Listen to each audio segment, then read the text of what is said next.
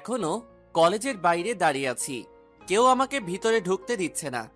দারোয়ান মামাকে অনেকবার বলা হলেও সে আমাকে কিছুতেই ভিতরে ঢুকতে দিচ্ছে না। এমন সময় আমার সামনে দিয়ে আমার ফুফাতো বোন যাচ্ছে তার বান্ধবীদের সাথে।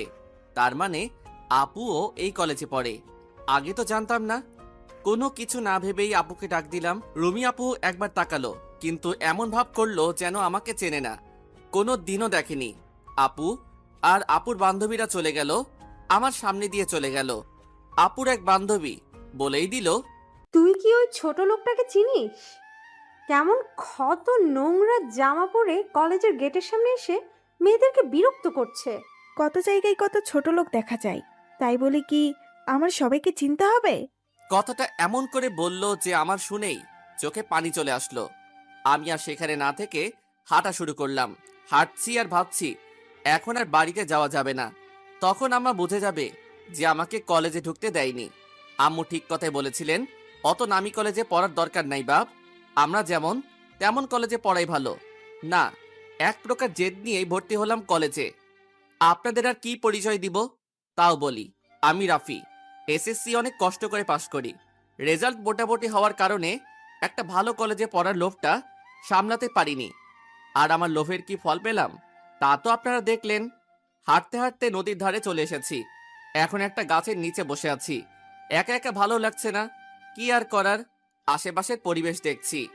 হঠাৎ করে মনে হলো আমার রুমিয়াপুর ব্যবহারটা। আমি জানি আমরা গরিব, একবেলা খেতে পারলে আরেক বেলা কি খাবো তা নিয়ে ভাবতে হয়। আর রুমিয়াপুরা অনেক বড় লোক, তার বাবা বড় ব্যবসায়ী। এইসব ভাবতে ভাবতে জোহরের আজান হলো। আমি আর কিছু না ভেবে সেখান থেকে চলে আসলাম বাড়িতে। বাড়িতে আসার পর, কিরে, তোর কলেজ কেমন হলো? বাবা, তোর সমস্যা হলে অন্য কলেজে পড়। না মা, কলেজটা অনেক ভালো, আর স্যাররা তো অনেক ভালো। জানো মা, স্যাররা তো অনেক যত্ন নিয়ে পড়ান, আর খুব ভালো পড়ান। মিথ্যা হাসি দিয়ে বললাম, বাবা, তুমি যা করবা মন দিয়ে করো, কেমন? আচ্ছা আম্মা। যা গোসল করে আয়, আমি খাবার দিচ্ছি। মা দাও, খুব খিদা লেগেছে। কিছুক্ষণ পর ফ্রেশ হয়ে আসলাম। তারপর আলু ভর্তা দিয়ে ভাত খেয়ে ঘুমিয়ে গেলাম। বিকেল 5:12 বাজে ঘুম থেকে উঠলাম। তারপর একটু বাইরে বের হয়ে নদীর পাড়ে বসে আছি। মাগরিবের আজান হলো। আমি বাড়িতে গিয়ে ফ্রেশ হয়ে বসে আছি। পড়ার ইচ্ছা আছে, কিন্তু বই নাই। বসে বসে ভাবছি, এমন সময় আব্বু আসলো। বাবা, কলেজ কেমন হলো? আলহামদুলিল্লাহ, আব্বু ভালোই হয়েছে। কিভাবে যে তোমার বইগুলো কিনে দিব ভেবে পাচ্ছি না। আব্বু, তুমি একটা কাজ করো তো, সব বইয়ের মোট কত দাম পড়বে আমাকে জানিও। আমি না হয় রাতে একটা কাজ জোগাড় করে তোমার বইগুলো কিনে দিব। আমি কিছুক্ষণ ভেবে বললাম, আব্বু আপনাকে চিন্তা করতে হবে না। কাল একটা দরখাস্ত করব যেন লাইব্রেরি থেকে আমাকে বই দেওয়া হয়। আব্বু কিছু না বলেই চলে গেলেন। হয়তো কষ্ট পেয়েছেন। এইদিকে আমি ভাবছি, আমি তো কলেজে ঢুকতেই পারলাম না, কি করে যে কি করব। এইসব ভাবতে ভাবতেই ঘুমিয়ে গেলাম। আম্মুর ডাকে ঘুম ভাঙলো। আম্মু বলল, রাফি, ওঠো, নামাজ পড়তে হবে তো, ফজরে আজান হলো। কিছু না বলেই উঠে নামাজে গেলাম। নামাজ পড়ে বসে আছি। রাফি, খেতে আয়, খাবার খেয়ে নে, কলেজে যাবি না? তারপর আমি খাবার খেতে গেলাম। কালকের কয়েক মুঠো ভাত ছিল, তাতে আম্মু বেশ কিছু পানি ঢেলে লবণ মরিচ দিয়ে ভাত মেখে দিলেন। আব্বু আগে চলে গেছেন কাজে। আমি খাওয়া দাওয়া করে আম্মুর সাথে গল্প করে বাড়ি থেকে বের হলাম। কলেজে যাব তাই হাঁটতে হাঁটতে কলেজে আসলাম।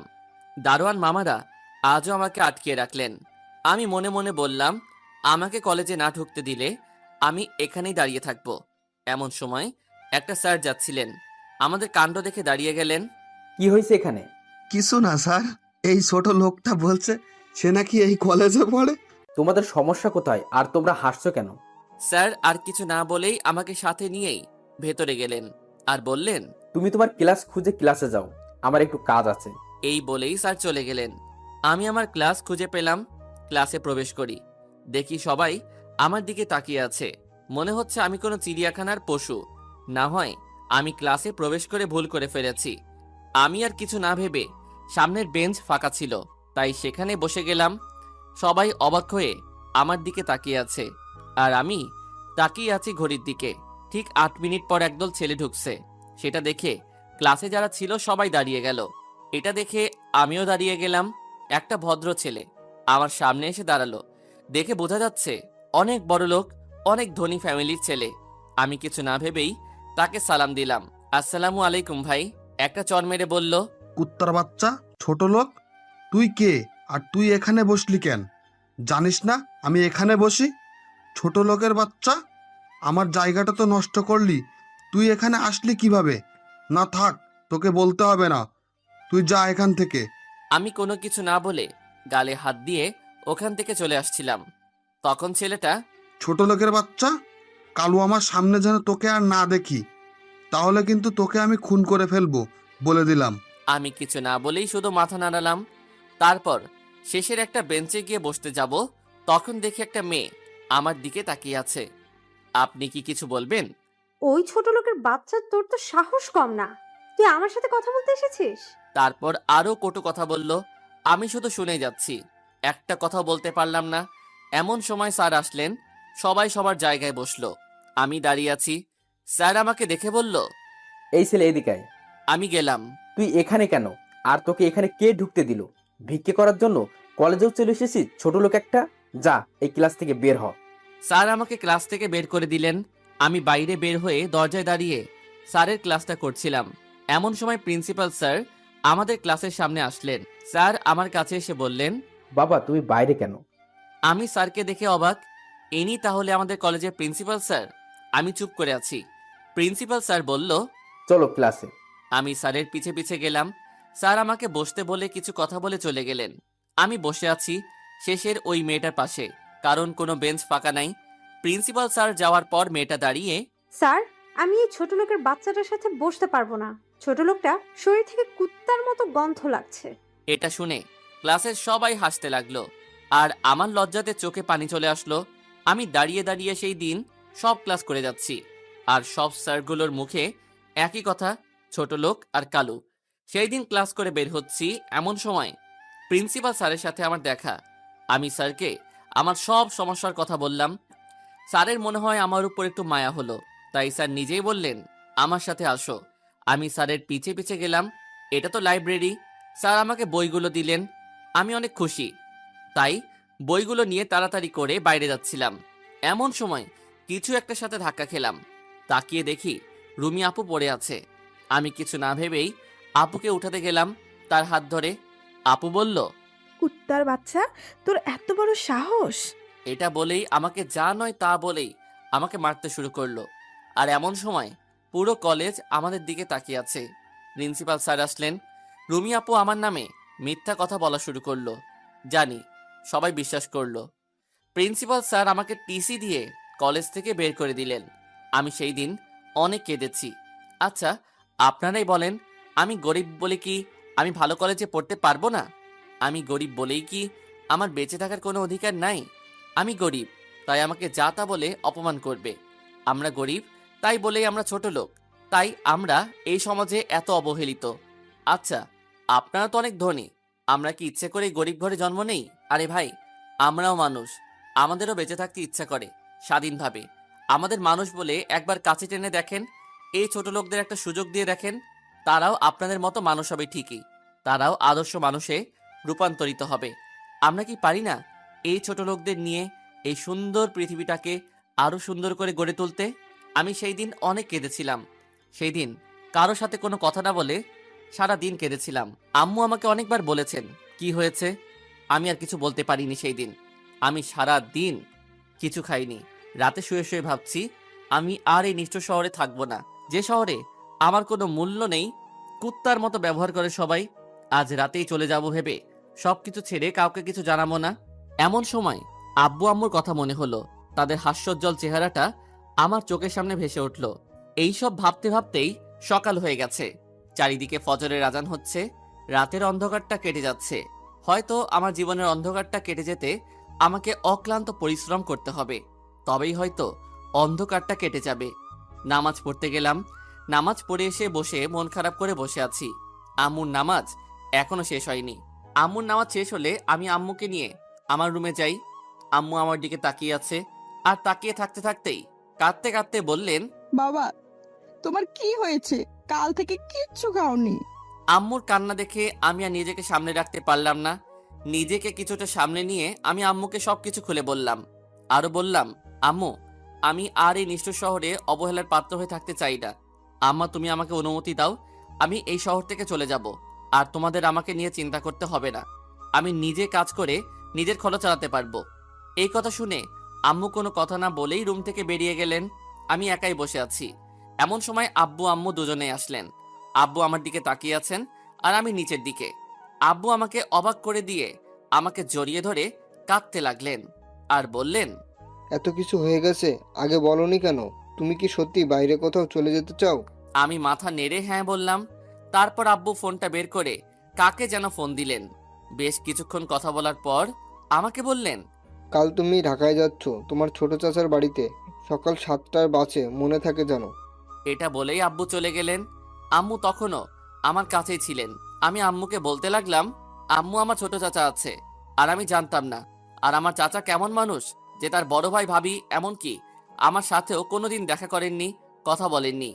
তোর চাচার কোনো দোষ নাই বাবা। আমরা কোথায় আছি তোমার চাচা জানে না, আমরা কেউ তাদের কিছু বলিনি।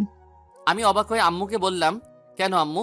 আম্মু কিছুক্ষণ চুপ থাকার পর বলতে শুরু করলেন, তোর আব্বু আর আমি একই কলেজে একই ডিপার্টমেন্টে পড়তাম। তোর আব্বু আমাকে অনেক পছন্দ করতেন। আমাকে অনেকবার বলার পরও আমি রাজি হইনি। তিনি আমার উপর জোর করা শুরু করলেন। তোর দাদু ভাই ছিলেন একজন প্রভাবশালী লোক। কোনো না কোনোভাবে আমার আর তোর বাবার কথা জানতে পারে। তোর নানু ভাইকে আর আমাকে অনেক অপমান করেন। তারপর থেকে আমার কলেজে যাওয়া বন্ধ হয়ে যায়। আমার খোঁজে তোর আব্বু বেশ কয়েকবার আমার বাড়িতে এসেছিল। একদিন আমার বাবা খুব অসুস্থ হয়ে যান। আমরা অনেক গরিব ছিলাম, তাই চিকিৎসার ব্যবস্থা করতে পারিনি, যার ফলে আমার বাবা মারা যান। আর আমার আর কেউ ছিল না। তোর বাবা যে কিভাবে জানতে পেরেছিল আমার বাবা মারা গেছেন, সাথে সাথে তিনি বাবার দাফনের সাথে আমারও দায়িত্ব নেন। দাফন কাজ শেষ হলে তোর আব্বু আমাকে নিয়ে কাজী অফিসে নিয়ে যান। কাজী অফিসের সামনে যেয়ে তোর বাবা দুইজন বন্ধুকে কল দিলে তারাও চলে আসেন। আমাদের বিয়ের কাজটা শেষ হলে তোর আব্বু আমাকে নিয়ে তোর দাদুর কাছে যান। আমাকে দেখে তোর দাদু এতটাই রেগে যান যে আমাদেরকে মেনে নেওয়া তো দূরের কথা, তোর আব্বুকে ত্যায্য করে দিলেন। তার সাথে সকল সম্পত্তি থেকেও। সেদিন তোর আব্বু অনেক কেঁদেছিল। জানিস বাবা, তোর আব্বুকে আমি সেই দিন আর আজকে কাঁদতে দেখলাম। এর আগে কোনো দিনও দেখিনি। যতই কষ্ট পান না কেন, হাসি মুখে সব সামলিয়েছেন। তোর আব্বু আমাকে নিয়ে ঢাকা থেকে রাজশাহী চলে আসেন, আর তাদের সাথে কোনো যোগাযোগ করার চেষ্টা করিনি। এটা বলেই আম্মু নিজের আঁচলে মুখ লুকিয়ে কান্না করতে করতে চলে গেলেন। আমার মনটা খুব খারাপ হয়ে যায়। এমন সময় বন্ধু নাসিফের ফোন।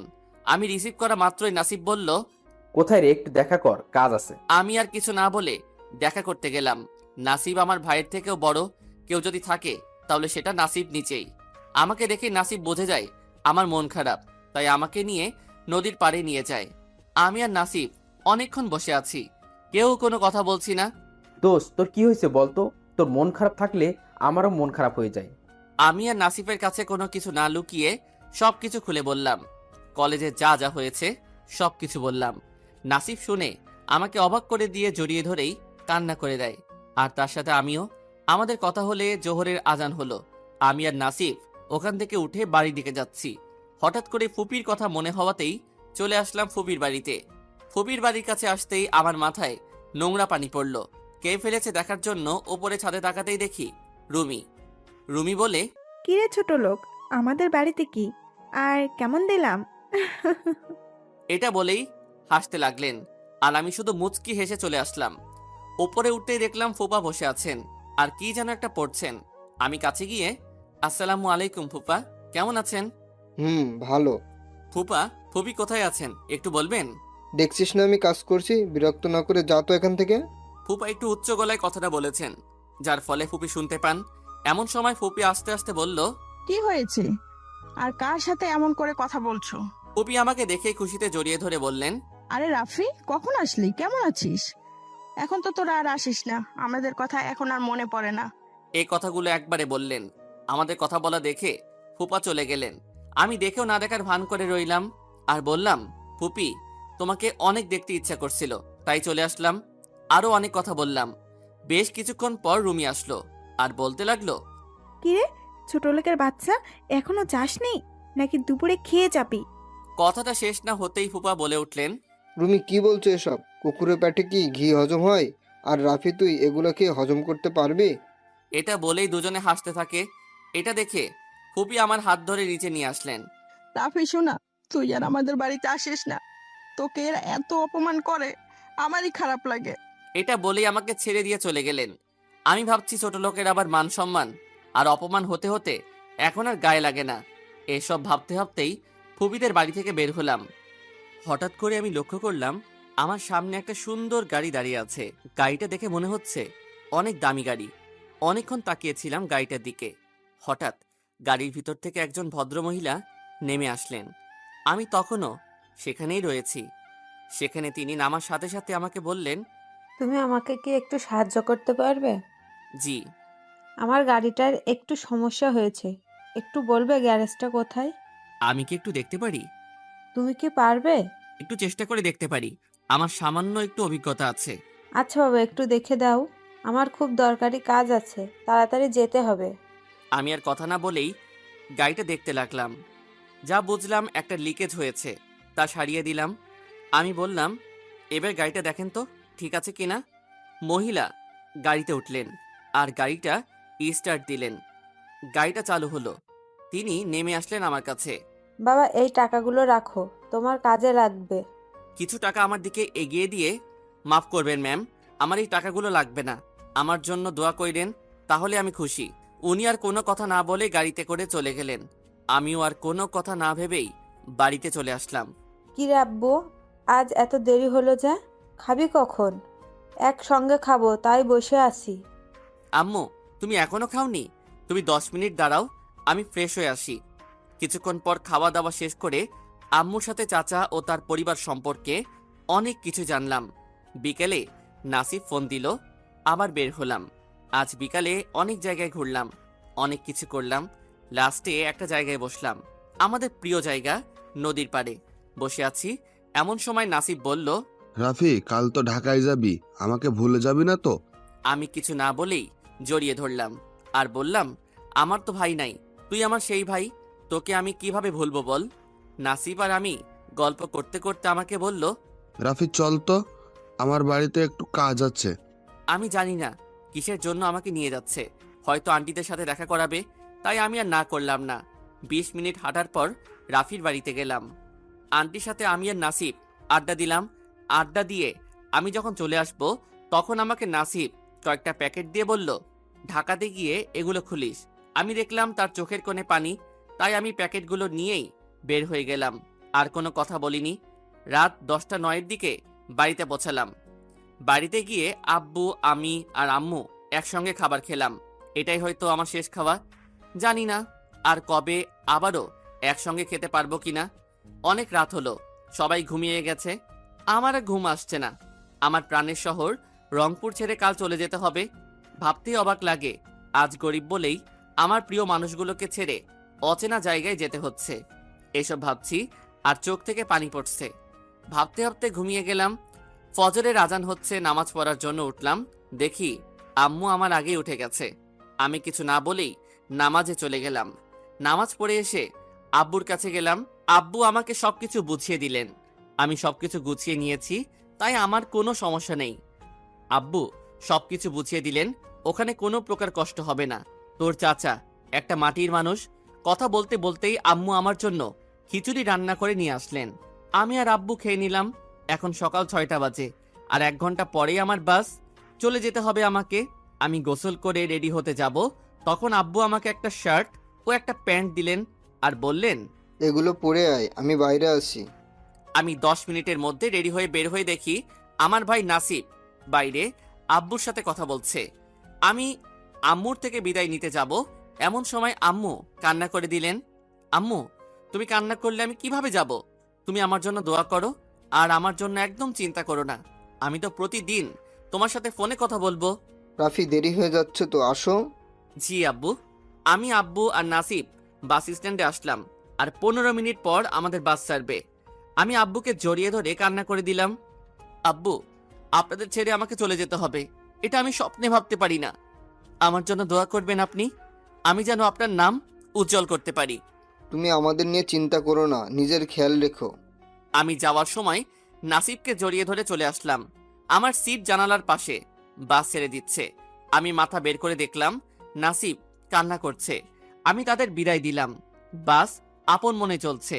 আমি বাইরে তাকিয়ে আছি আর নীরবে চোখের পানি ঝরাচ্ছি। সত্যি খুব কষ্ট লাগছে আমার, কেন যেন ঘুম ঘুম লাগছে। তাই কিছুক্ষণের মধ্যেই ঘুমিয়ে গেলাম। হঠাৎ করে মনে হচ্ছে কেউ আমাকে ডাকছে, তাই তাকিয়ে দেখলাম একটা মেয়ে। কিছু বলবেন? কিছু মনে না করলে আমাকে কি আপনার সিটটা দেওয়া যাবে? আমার একটু সমস্যা আছে তো। আমি আর কিছু না বলেই সরে গেলাম। তারপর আবার একটা ঘুম। 2 ঘন্টা যাওয়ার পর একটা খাবারের বিরতি দেওয়া হলো। আমি উঠে দেখি আমার পাশের মেয়েটা নেই। হঠাৎ করে লক্ষ্য করলাম মেয়েটা আসলো, এসে বলল, একটু সরেন, আমি আমার সিটে যাব। মেয়েটা এমন ভান করলো যে সিটটা তার নিজেরই। আমি বিরক্ত একটা ভাব নিয়ে বললাম, সিটটা চাওয়ার সময় কত মিষ্টিভাবে বললেন, আর এখন? আমার যা ইচ্ছা তাই করব, আপনাকে কেন বলতে হবে? আমি কোনো কথাই বললাম না। বাসটা চলতে শুরু করলো। আমি আর কোনো কথাই বললাম না। আমার খুব খিদে লেগেছে, তাই আমি আমার ব্যাগটা খুঁজতে লাগলাম। কিছু আছে নাকি আশা করি কিছুই থাকবে না, কারণ আমি তো কিছুই নেইনি। খুঁজতে খুঁজতে পেয়ে গেলাম আমার ব্যাগে একটা টিফিন বাটি। বাটিটা খুলে দেখলাম খিচুড়ি আছে। আমি খাওয়ার জন্য পানির বোতল খুঁজতে লাগলাম, কিন্তু পাচ্ছি না। হঠাৎ আমার সামনে একটা বোতল দেখতে পেলাম। আমি দেখলাম আমার পাশের মেয়েটা দিল আর বলল, আমি আপনাকে এমনি এমনি বোতলটা দিচ্ছি না, আমারও খিদা লাগছে। আমি আপনার খাবার থেকে একটু ভাগ বসাবো তো, তাই। মেয়ে তো নয়, মনে হয় রাক্ষসী। আমি উপায় না পেয়ে মাথা নাড়ালাম। তারপর আমি ওই মেয়েকে কিছু খাবার দিলাম আর আমি খেলাম। খাওয়া শেষ করলাম। মেয়েটাকে ধন্যবাদ দিয়ে আবার ঘুমানোর প্রস্তুতি নিচ্ছি, কারণ জানালার ধারে হলে হয়তো বাইরের দৃশ্য দেখতে পারতাম। এমন সময় মেয়েটা বলল, আমি ঈশিতা, আপনার নাম কি? আমার নাম রাফি, আমার বাড়ি রংপুরে। আপনার সাথে পরিচিত হয়ে ভালো লাগলো। আপনার কিন্তু একটু বেশিই ভাব। কিছু বললেন আমাকে? আরে না, কিছু না, আপনার নামটা কিন্তু সুন্দর। ধন্যবাদ। এইভাবে আরো অনেক কথা হলো। আসলে এই মেয়েটা অনেক ভালোই। কথা বলতে বলতে কখন যে ঢাকায় চলে আসলাম বুঝতেই পারিনি। বাস থেকে নেমে গেলাম, কিন্তু ঈশিতাকে দেখলাম না। মনে হয় চলে গেছে। আমি তো ঢাকার কিছুই চিনি না, তাই বাস স্ট্যান্ডে বসে আছি। এমন সময় আব্বু ফোন দিল। আমি ফোনটা ধরলাম। আসসালামু আলাইকুম আব্বু, আমি এখনই বাস থেকে নামলাম। তোর চাচা ওইখানেই আছেন, ফোন দে। জি আচ্ছা আব্বু। আব্বুর সাথে কথা বলে আমি ফোনটা দিলাম ছোট চাচাকে। ফোন ধরলো চাচা। হ্যাঁ রাফি, তুমি কোথায়? আমি তো বসে আছি কালো শার্ট প্যান্ট পরে। আপনি কোথায়? তুমি কি কালো শার্ট আর কালো প্যান্ট পরে আসো, আর তোমার হাতে লাল কালারের ব্যাগ আছে? জি চাচা। আমি দেখতে পাইছি। চাচা আসলো। চাচা আমাকে দেখেই বলল, রাফি, তোমার আব্বু কেমন আছেন? ভাইজানকে কতদিন দেখিনি, ভাবি কেমন আছেন? জি ভালো আছেন। আপনি কেমন আছেন? আমি ভালোই আছি। তুমি কিন্তু তোমার আব্বুর মতোই হয়েছো। আমি আর চাচা একটা গাড়িতে উঠলাম। গাড়ি চলতে লাগলো। চাচার গাড়ি চলছে, আমি গাড়ি জানালা দিয়ে বাইরে তাকিয়ে আছি। কত বড় বড় দালান কোঠা, কত সুন্দর সুন্দর। এই ঢাকাতে না আসলে জানতেই পারতাম না আমাদের বাংলাদেশেও এত বড় বড় দালান কোঠা আছে। এইসব দেখতে দেখতে আমাদের গাড়ি থামলো। চাচা আমাকে বলল গাড়ি থেকে নামতে। আমি গাড়ি থেকে নেমেই অবাক, এটা কিভাবে বাড়ি হতে পারে? এটা তো একটা রাজপ্রাসাদ। আমি বাইরে থেকেই দেখে অবাক হয়ে গেলাম। এত সুন্দর আর এত বড় বাড়ি আমি দেখিনি। চাচা আমাকে ভিতরে নিয়ে গেলেন। আমি ভিতরে গিয়ে দেখে তো আরো বেশি অবাক। সোনার রঙে সাজানো তাদের বাড়ি, একটা রাজমহলকেও এটা হার মানায়। চাচা আমাকে বলল যে, চলো তোমার রুমটা দেখিয়ে দেই। আমি মাথা নেড়ে ইশারায় সম্মতি দিলাম। চাচা আগে যাচ্ছেন আর আমি তার পিছনে যেতে যেতে আমি বাড়িটার সব কিছু দেখতে দেখতে চাচাকে হারিয়ে ফেললাম। তাই আমি অন্য কোথাও না গিয়ে ওখানেই দাঁড়িয়ে রইলাম। এমন সময় এক ভদ্রমহিলা, মহিলা বললে ভুল হবে, কারণ একটা যুবতী কন্যা দেখতে খুবই সুন্দর, একদম রাজকন্যা। আমি যেন সারা বছর পার করে দিতে পারবো তার দিকে অপলক দৃষ্টিতে তাকিয়ে। আমি অপলক দৃষ্টিতেই তাকিয়ে আছি তার দুটো সরল চোখে। হঠাৎ করে আমার গাল ব্যথা করতে শুরু করলো। আমি বোঝার চেষ্টা করতে লাগলাম কি হয়েছে আমার। অবশেষে মেয়েটার কথাই বুঝতে পারলাম আমার গালে একটা থাপ্পড় দিয়েছে। আমি কিছু না বলেই নিচের দিকে তাকিয়ে আছি, আর মেয়েটা বলা শুরু করলো, ওই তুই কে রে? এমন খ্যাত হনুমানের মতো দেখতে, মাথায় আবার তেলও দিস। তোরে এখানে কে ঢুকতে দিল? আমার কথা না শুনেই দারোয়ানকে ডাকতে লাগলো। তার চেঁচামেচিতে চাচা নিচে আসলো। আমি মাথা নিচুই করে আছি, কোনো কথা বলছি না। কি রে কাউয়া বিড়াল, কথাও বলতে জানিস না দেখছি। তোর মতো ছোট লোকদের কেন যে আমাদের বাড়িতে দেখতে হয়? তোর সাহস কি করে হয় আমাদের বাড়িতে এইভাবে ঘুরে বেড়ানোর? এটা বলেই আনিশার গায়ে যত জোর ছিল তত জোর দিয়েই আমাকে একটা থাপ্পড় মারলো। থাপ্পড়টা এত জোরে ছিল যে আমার ঠোঁট কেটে রক্ত বের হয়ে গেছে। আমার চোখেও কি কারণে পানি চলে এসেছে, মাথাটা ঝিমঝিম করছে, তাই আমি সেখানে বসে গেলাম। এমন সময় চাচা এসে তার একমাত্র আদরের রাজকন্যাকে একটা থাপ্পড় দেয় আর বলে, এই ছেলেটা কে তুমি জানো? যাও ওর কাছে ক্ষমা চাও। আমি কোনো মানুষরূপী কোনো পশুর কাছে ক্ষমা চাইতে পারবো না। আনিশা এটা বলেই কান্না করতে করতে চলে গেল। আমি পরিস্থিতি স্বাভাবিক করার জন্য বললাম, চাচা আমার রুমটা একটু দেখিয়ে দিবেন। চলো। চাচা আমাকে রুম দেখিয়ে দিয়ে বললেন, জানো রাফি, এটা তোমার আব্বুর ঘর। আমি যত্ন করে রেখেছি এই ঘরটাকে। আমি আমার ভাইজানকে অনেক ভালোবাসি। থাক সেই কথা, তুমি ফ্রেশ হয়ে আসো, আমরা একসাথে লাঞ্চ করব। আমারও খুব খিদা লেগেছে, তাই হ্যাঁ বলে দিলাম। আমি ফ্রেশ হতে যাব। এমন সময় চাচা আমার হাত ধরে বললেন, বাবা তুমি তোমার বোনটাকে মাফ করে দাও। ও এমনই, কিন্তু বন্ধু হয়ে গেলে বুঝতে পারবে যে এটা সেই আগের আনিশা না। আর ওর ব্যবহারের জন্য আমি তোমার কাছে ক্ষমা চাইছি। ছোট মানুষ, না জেনেই ভুল করেছে। তুমি বাবা ওর উপর রাগ করে থেকো না।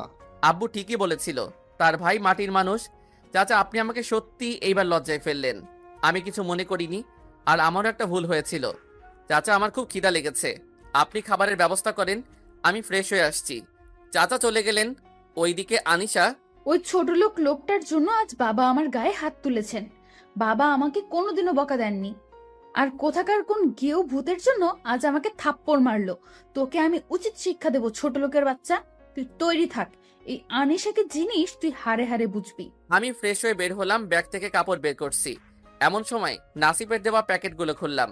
প্যাকেট খুলেই আমি অবাক, কারণ ওগুলোতে কাপড় আছে আর তার সাথে কিছু টাকাও আছে।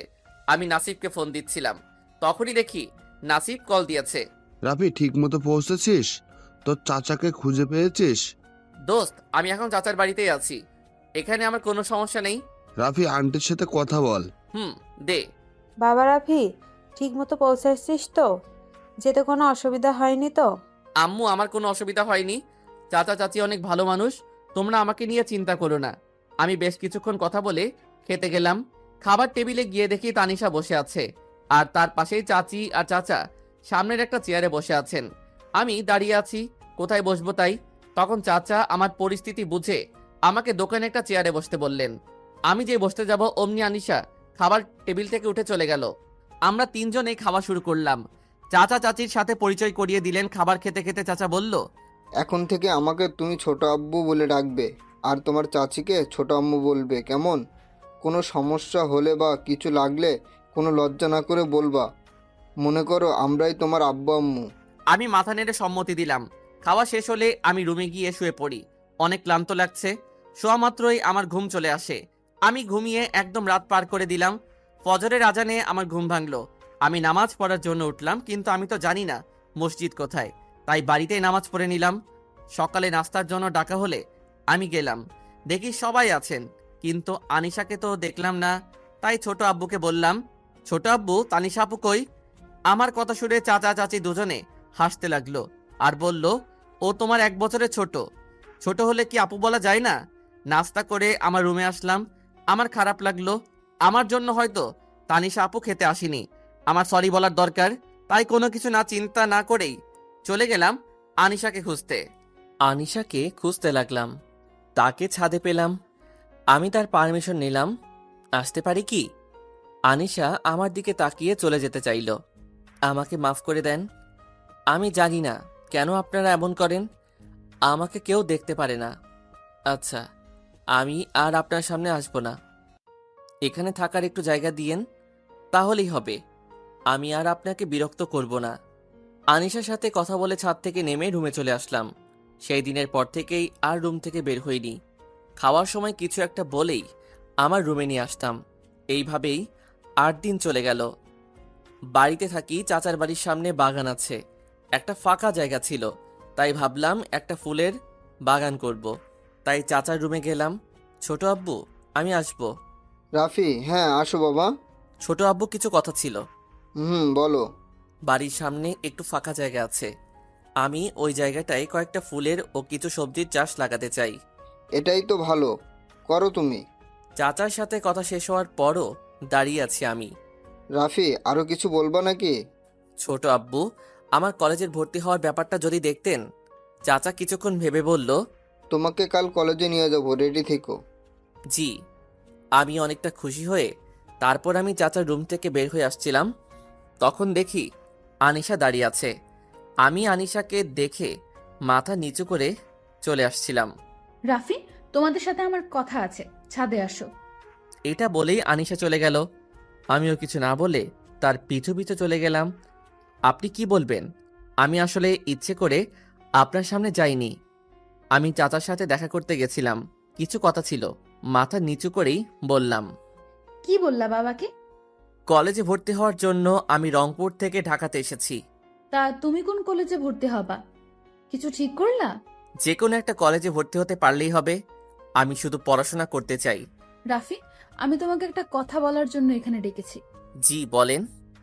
I am sorry, sorry for everything. Please forgive me. Why? আমার তোমার সাথে ওইভাবে কথা বলা উচিত হয়নি, তাই সবকিছুর জন্য সরি।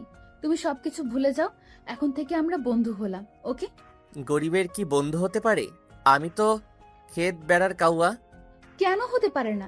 গরিবরা কি মানুষ হয় না, নাকি তারা ইচ্ছে করেই গরিব হয়? সবাই তো আল্লাহর সৃষ্টি। আনিশার কথাটা আমার সত্যি অনেক ভালো লাগলো। তাকে বিশ্বাস করতে ইচ্ছে করছে। সে প্রমাণ করলো সবাই এক হয় না। আমি হ্যাঁ বলে দিলাম। তারপর আমি রুমে চলে আসলাম। আনিশা আমাকে তার সাথে কথা বলার জন্য বলেছিল, কিন্তু আমার মাথা ধরেছিল, তাই চলে আসলাম। রুমে এসে দেখি নাসিব কল করেছে। আমি কলটা রিসিভ করলাম, তার সাথে অনেক কথা বললাম। তারপর ফ্রেশ হয়ে সময় দেখলাম, এখন রাত 8:37 বাজে। তাই ভাবলাম একটু ঘুরে আসি ছাদ থেকে। যেই ভাবা সেই কাজ। তাই আমি ছাদে আসছিলাম, হঠাৎ আমার কানে ভেসে আসলো একটা আওয়াজ। কণ্ঠটা আনিশার। কথাটা ঠিক এমন ছিল, তোরা শুধু দেখ ওই কুত্তার বাচ্চার আমি কি অবস্থা করি। আমি মনে করলাম এটা হয়তো এমনি কাউকে বলছে। আমি ছাদের এক কোণায় দাঁড়িয়ে আছি। তানিশা আমার পাশে এসে দাঁড়ালো আর বলল, তা কি মনে করে এখানে আসা হলো শুনি? আসলে ঘরে থাকতে ভালো লাগছিল না, তাই আসলাম। আপনার সমস্যা হলে বলেন, আমি এখান থেকে চলে যাচ্ছি।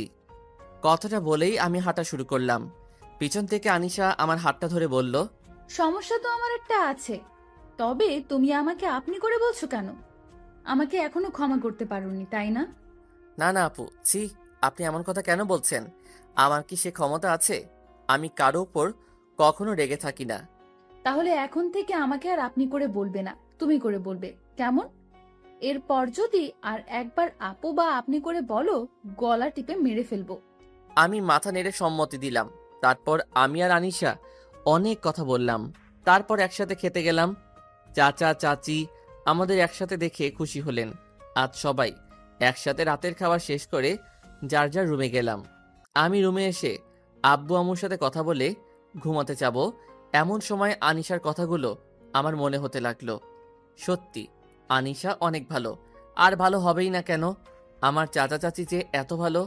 ভাবতে ভাবতে কখন ঘুমিয়ে গেছি ঠিক নেই। সকালে কারো ডাকে ঘুম ভাঙলো। চোখ মেলে দেখি আনিশা। আমি মনে হয় স্বপ্ন দেখছি, তাই আবার ঘুমিয়ে গেলাম। হঠাৎ মনে হলো টিনের চাল দিয়ে পানি পড়ছে, তাই আমি তাড়াতাড়ি উঠে হাতের কাছে যা ছিল তা বিছানার উপর রাখলাম। আরে, আমি তো ভুলেই গেছি আমি চাচার বাড়িতে আছি। এখানে তো বৃষ্টি পড়ার কথা না।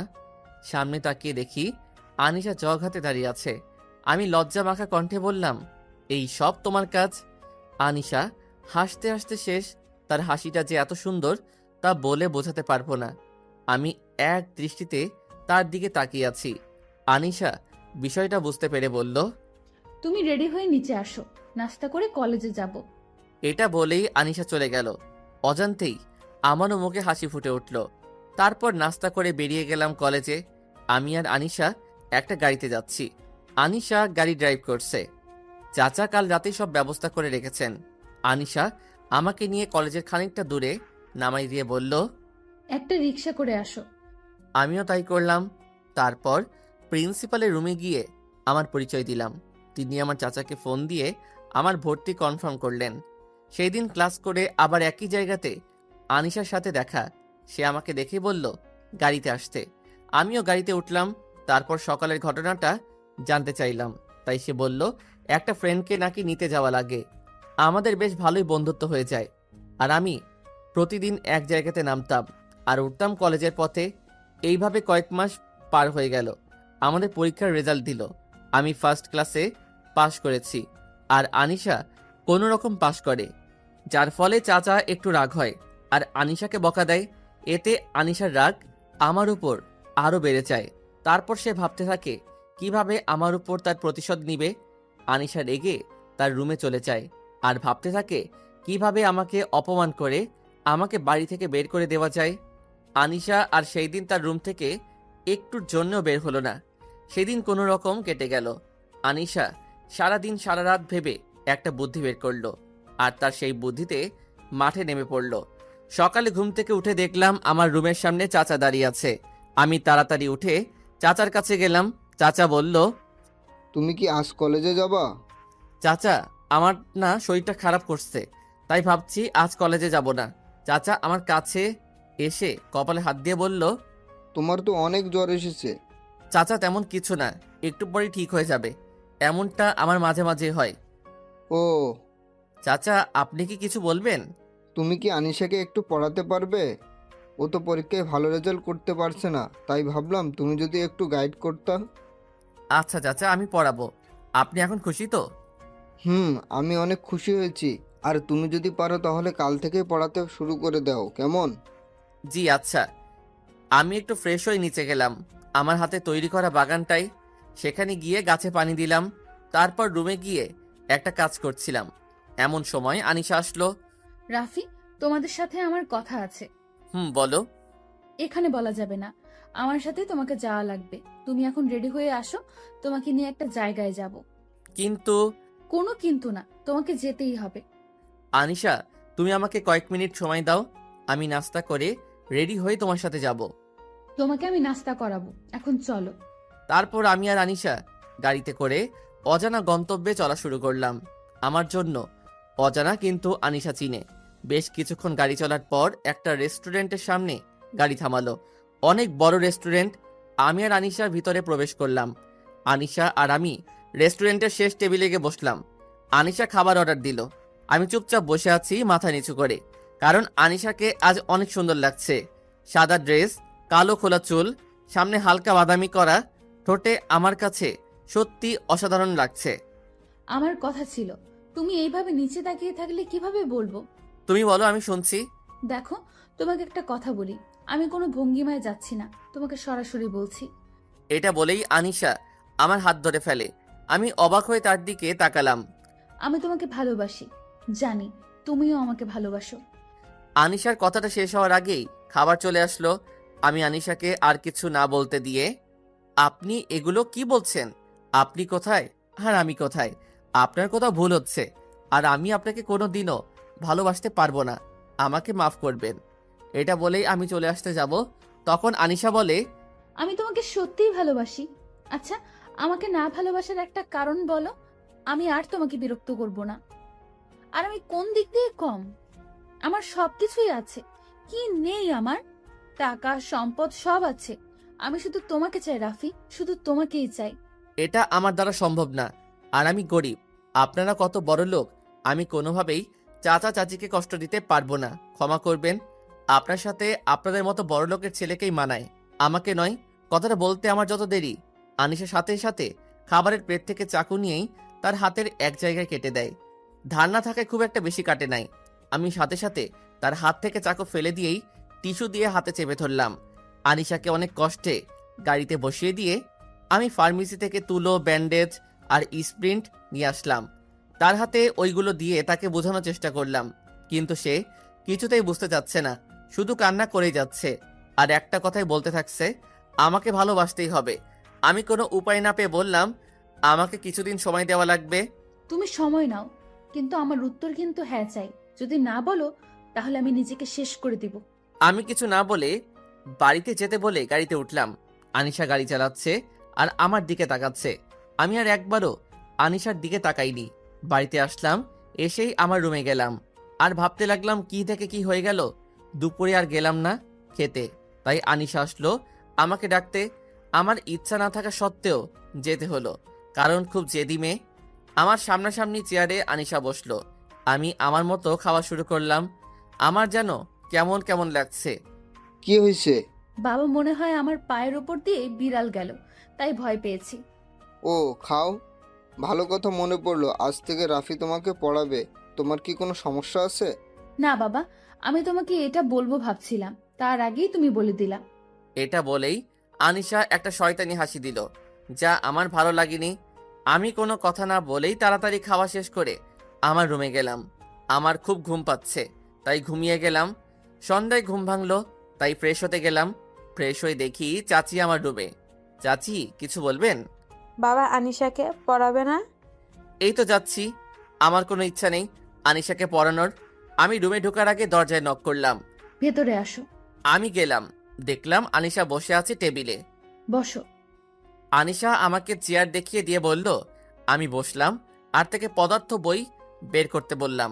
আমি বায়োলজি পড়বো না, তাই আমি প্র্যাকটিক্যালও করব না। তাহলে কি পড়বা? রাফি, আজ আমি তোমাকে শিখাবো। বলেই আনিশা আমাকে কিস করতে লাগলো। আমি তাকে ধাক্কা দিয়ে ওখান থেকে বের হয়ে গেলাম। বের হতেই চাচি আমাকে বলে, এত তাড়াতাড়ি পড়া শেষ? আজ শুধু পড়া দিলাম, কাল থেকে ভালো করে পড়াবো। এটা বলে চলে আসলাম। আমার নিজেরই খারাপ লাগছে, কেন যে রংপুর ছেড়ে আসলাম। ভাবতে ভাবতে ঘুমিয়ে গেলাম। সকালে আনিশা আসলো আর বলল, কি হলো, তুমি ওইভাবে চলে আসলা কেন? তোমার কি ভালো লাগেনি? কাছে আসো, আরেকটা দেই। দেখো, আমার এগুলো ভালো লাগে না। আমি তোমাকে বোনের মতোই দেখি। তুমি যদি ভালো করে পড়তে চাও তাহলে পড়াবো, না হলে আমাকে এখান থেকে চলে যেতে হবে। আনিশা কিছু না বলে চলে গেল। মনে হয় কষ্ট পেয়েছে। আমি সন্ধ্যায় তার রুমে নক করে প্রবেশ করলাম। সে এখন চুপ করে বসে আছে। আমি তাকে পড়ালাম, পড়া দিলাম। সে কোনো বাড়তি কথা বলেনি। এটা আমার ভালোই লাগলো। এইভাবেই আমার দিন যাচ্ছে। আমাদের আবার পরীক্ষা শুরু হলো। এই কয়েকদিনে আমিও আনিশাকে মনে মনে ভালোবেসে ফেলেছি। পরীক্ষার সময় আমি আর আনিশা একসাথে অনেক পড়তাম। এইভাবে আমি ওকে পড়াতাম। আমাদের দিনকাল ভালোই চলছিল। পরীক্ষা শেষ হলো। আমি আর আনিশা বসে আছি, ছাদে গল্প করছি। এমন সময় আনিশার ফোনে একটা কল আসে, তাই সে চলে যায়। আমি ছাদে থেকে কিছুক্ষণ পর নেমে যাই। রাতে শুয়ে শুয়ে ভাবছি কাল আনিশাকে মনের কথা খুলে বলবো। এভাবে বুকে চেপে আর রাখতে পারছি না। তারপরের দিন আমি আনিশাকে আমার মনের কথা বলতে তার রুমে যাই। সে আমাকে দেখে অবাক হয়, কারণ আমি শুধু তাকে পড়ানোর সময় তার রুমে যেতাম। কিছু বলবে? হুম। বলে ফেলো। আমি তোমার সাথে মিশতে মিশতে কখন যে তোমাকে নিয়ে মনে মনে ভাবতে শুরু করেছি জানি না। হয়তো আমিও তোমাকে ভালোবেসে ফেলেছি আনিশা। আমি তাকে আমার মনের কথাগুলো বললাম। আমার কথা শুনে আনিশা হো হো করে হেসে উঠল। আমি কিছু বোঝার আগেই দরজাটা লক করে দিল। আমার কাছে এসে বলতে লাগলো, আমি এই দিনটার জন্যই অপেক্ষায় ছিলাম, কি করে তোকে আমার জালে ফাঁসানো যায়। এটা বলেই আনিশা আবারও হাসতে শুরু করে।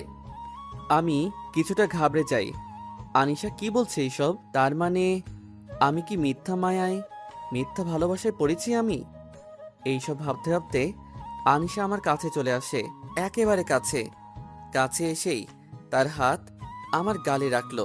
মনে করেছিলাম আমার সাথে মজা করে ওইসব বলেছিল, তাই আমি গাল ফুলিয়ে হাসতে যাব এমন সময় আনিশা তার নখ দিয়ে আমার গাল আঁচড়ে দিল। ওহ, কি ব্যথা বলে বোঝাতে পারবো না। আমি আনিশার হাত ধরে নিলাম শক্ত করে। তারপর বললাম, আনিশা, তুমি এমন করছো কেন? তুমি তো আমাকে ভালোবাসো, তাহলে কেন এমন অদ্ভুত ব্যবহার করছো আমার সাথে? কথাটা বলার সাথে সাথেই আনিশা বলতে শুরু করলো, ভালোবাসা? তোর মতো ছেলেকে ভালোবাসা যায়? তোরও তো কুকুর, কুকুরকে একদিন খাবার দিলে তারা মালিকের গোলাম হয়ে যায়, আর তুই আমার গোলাম না।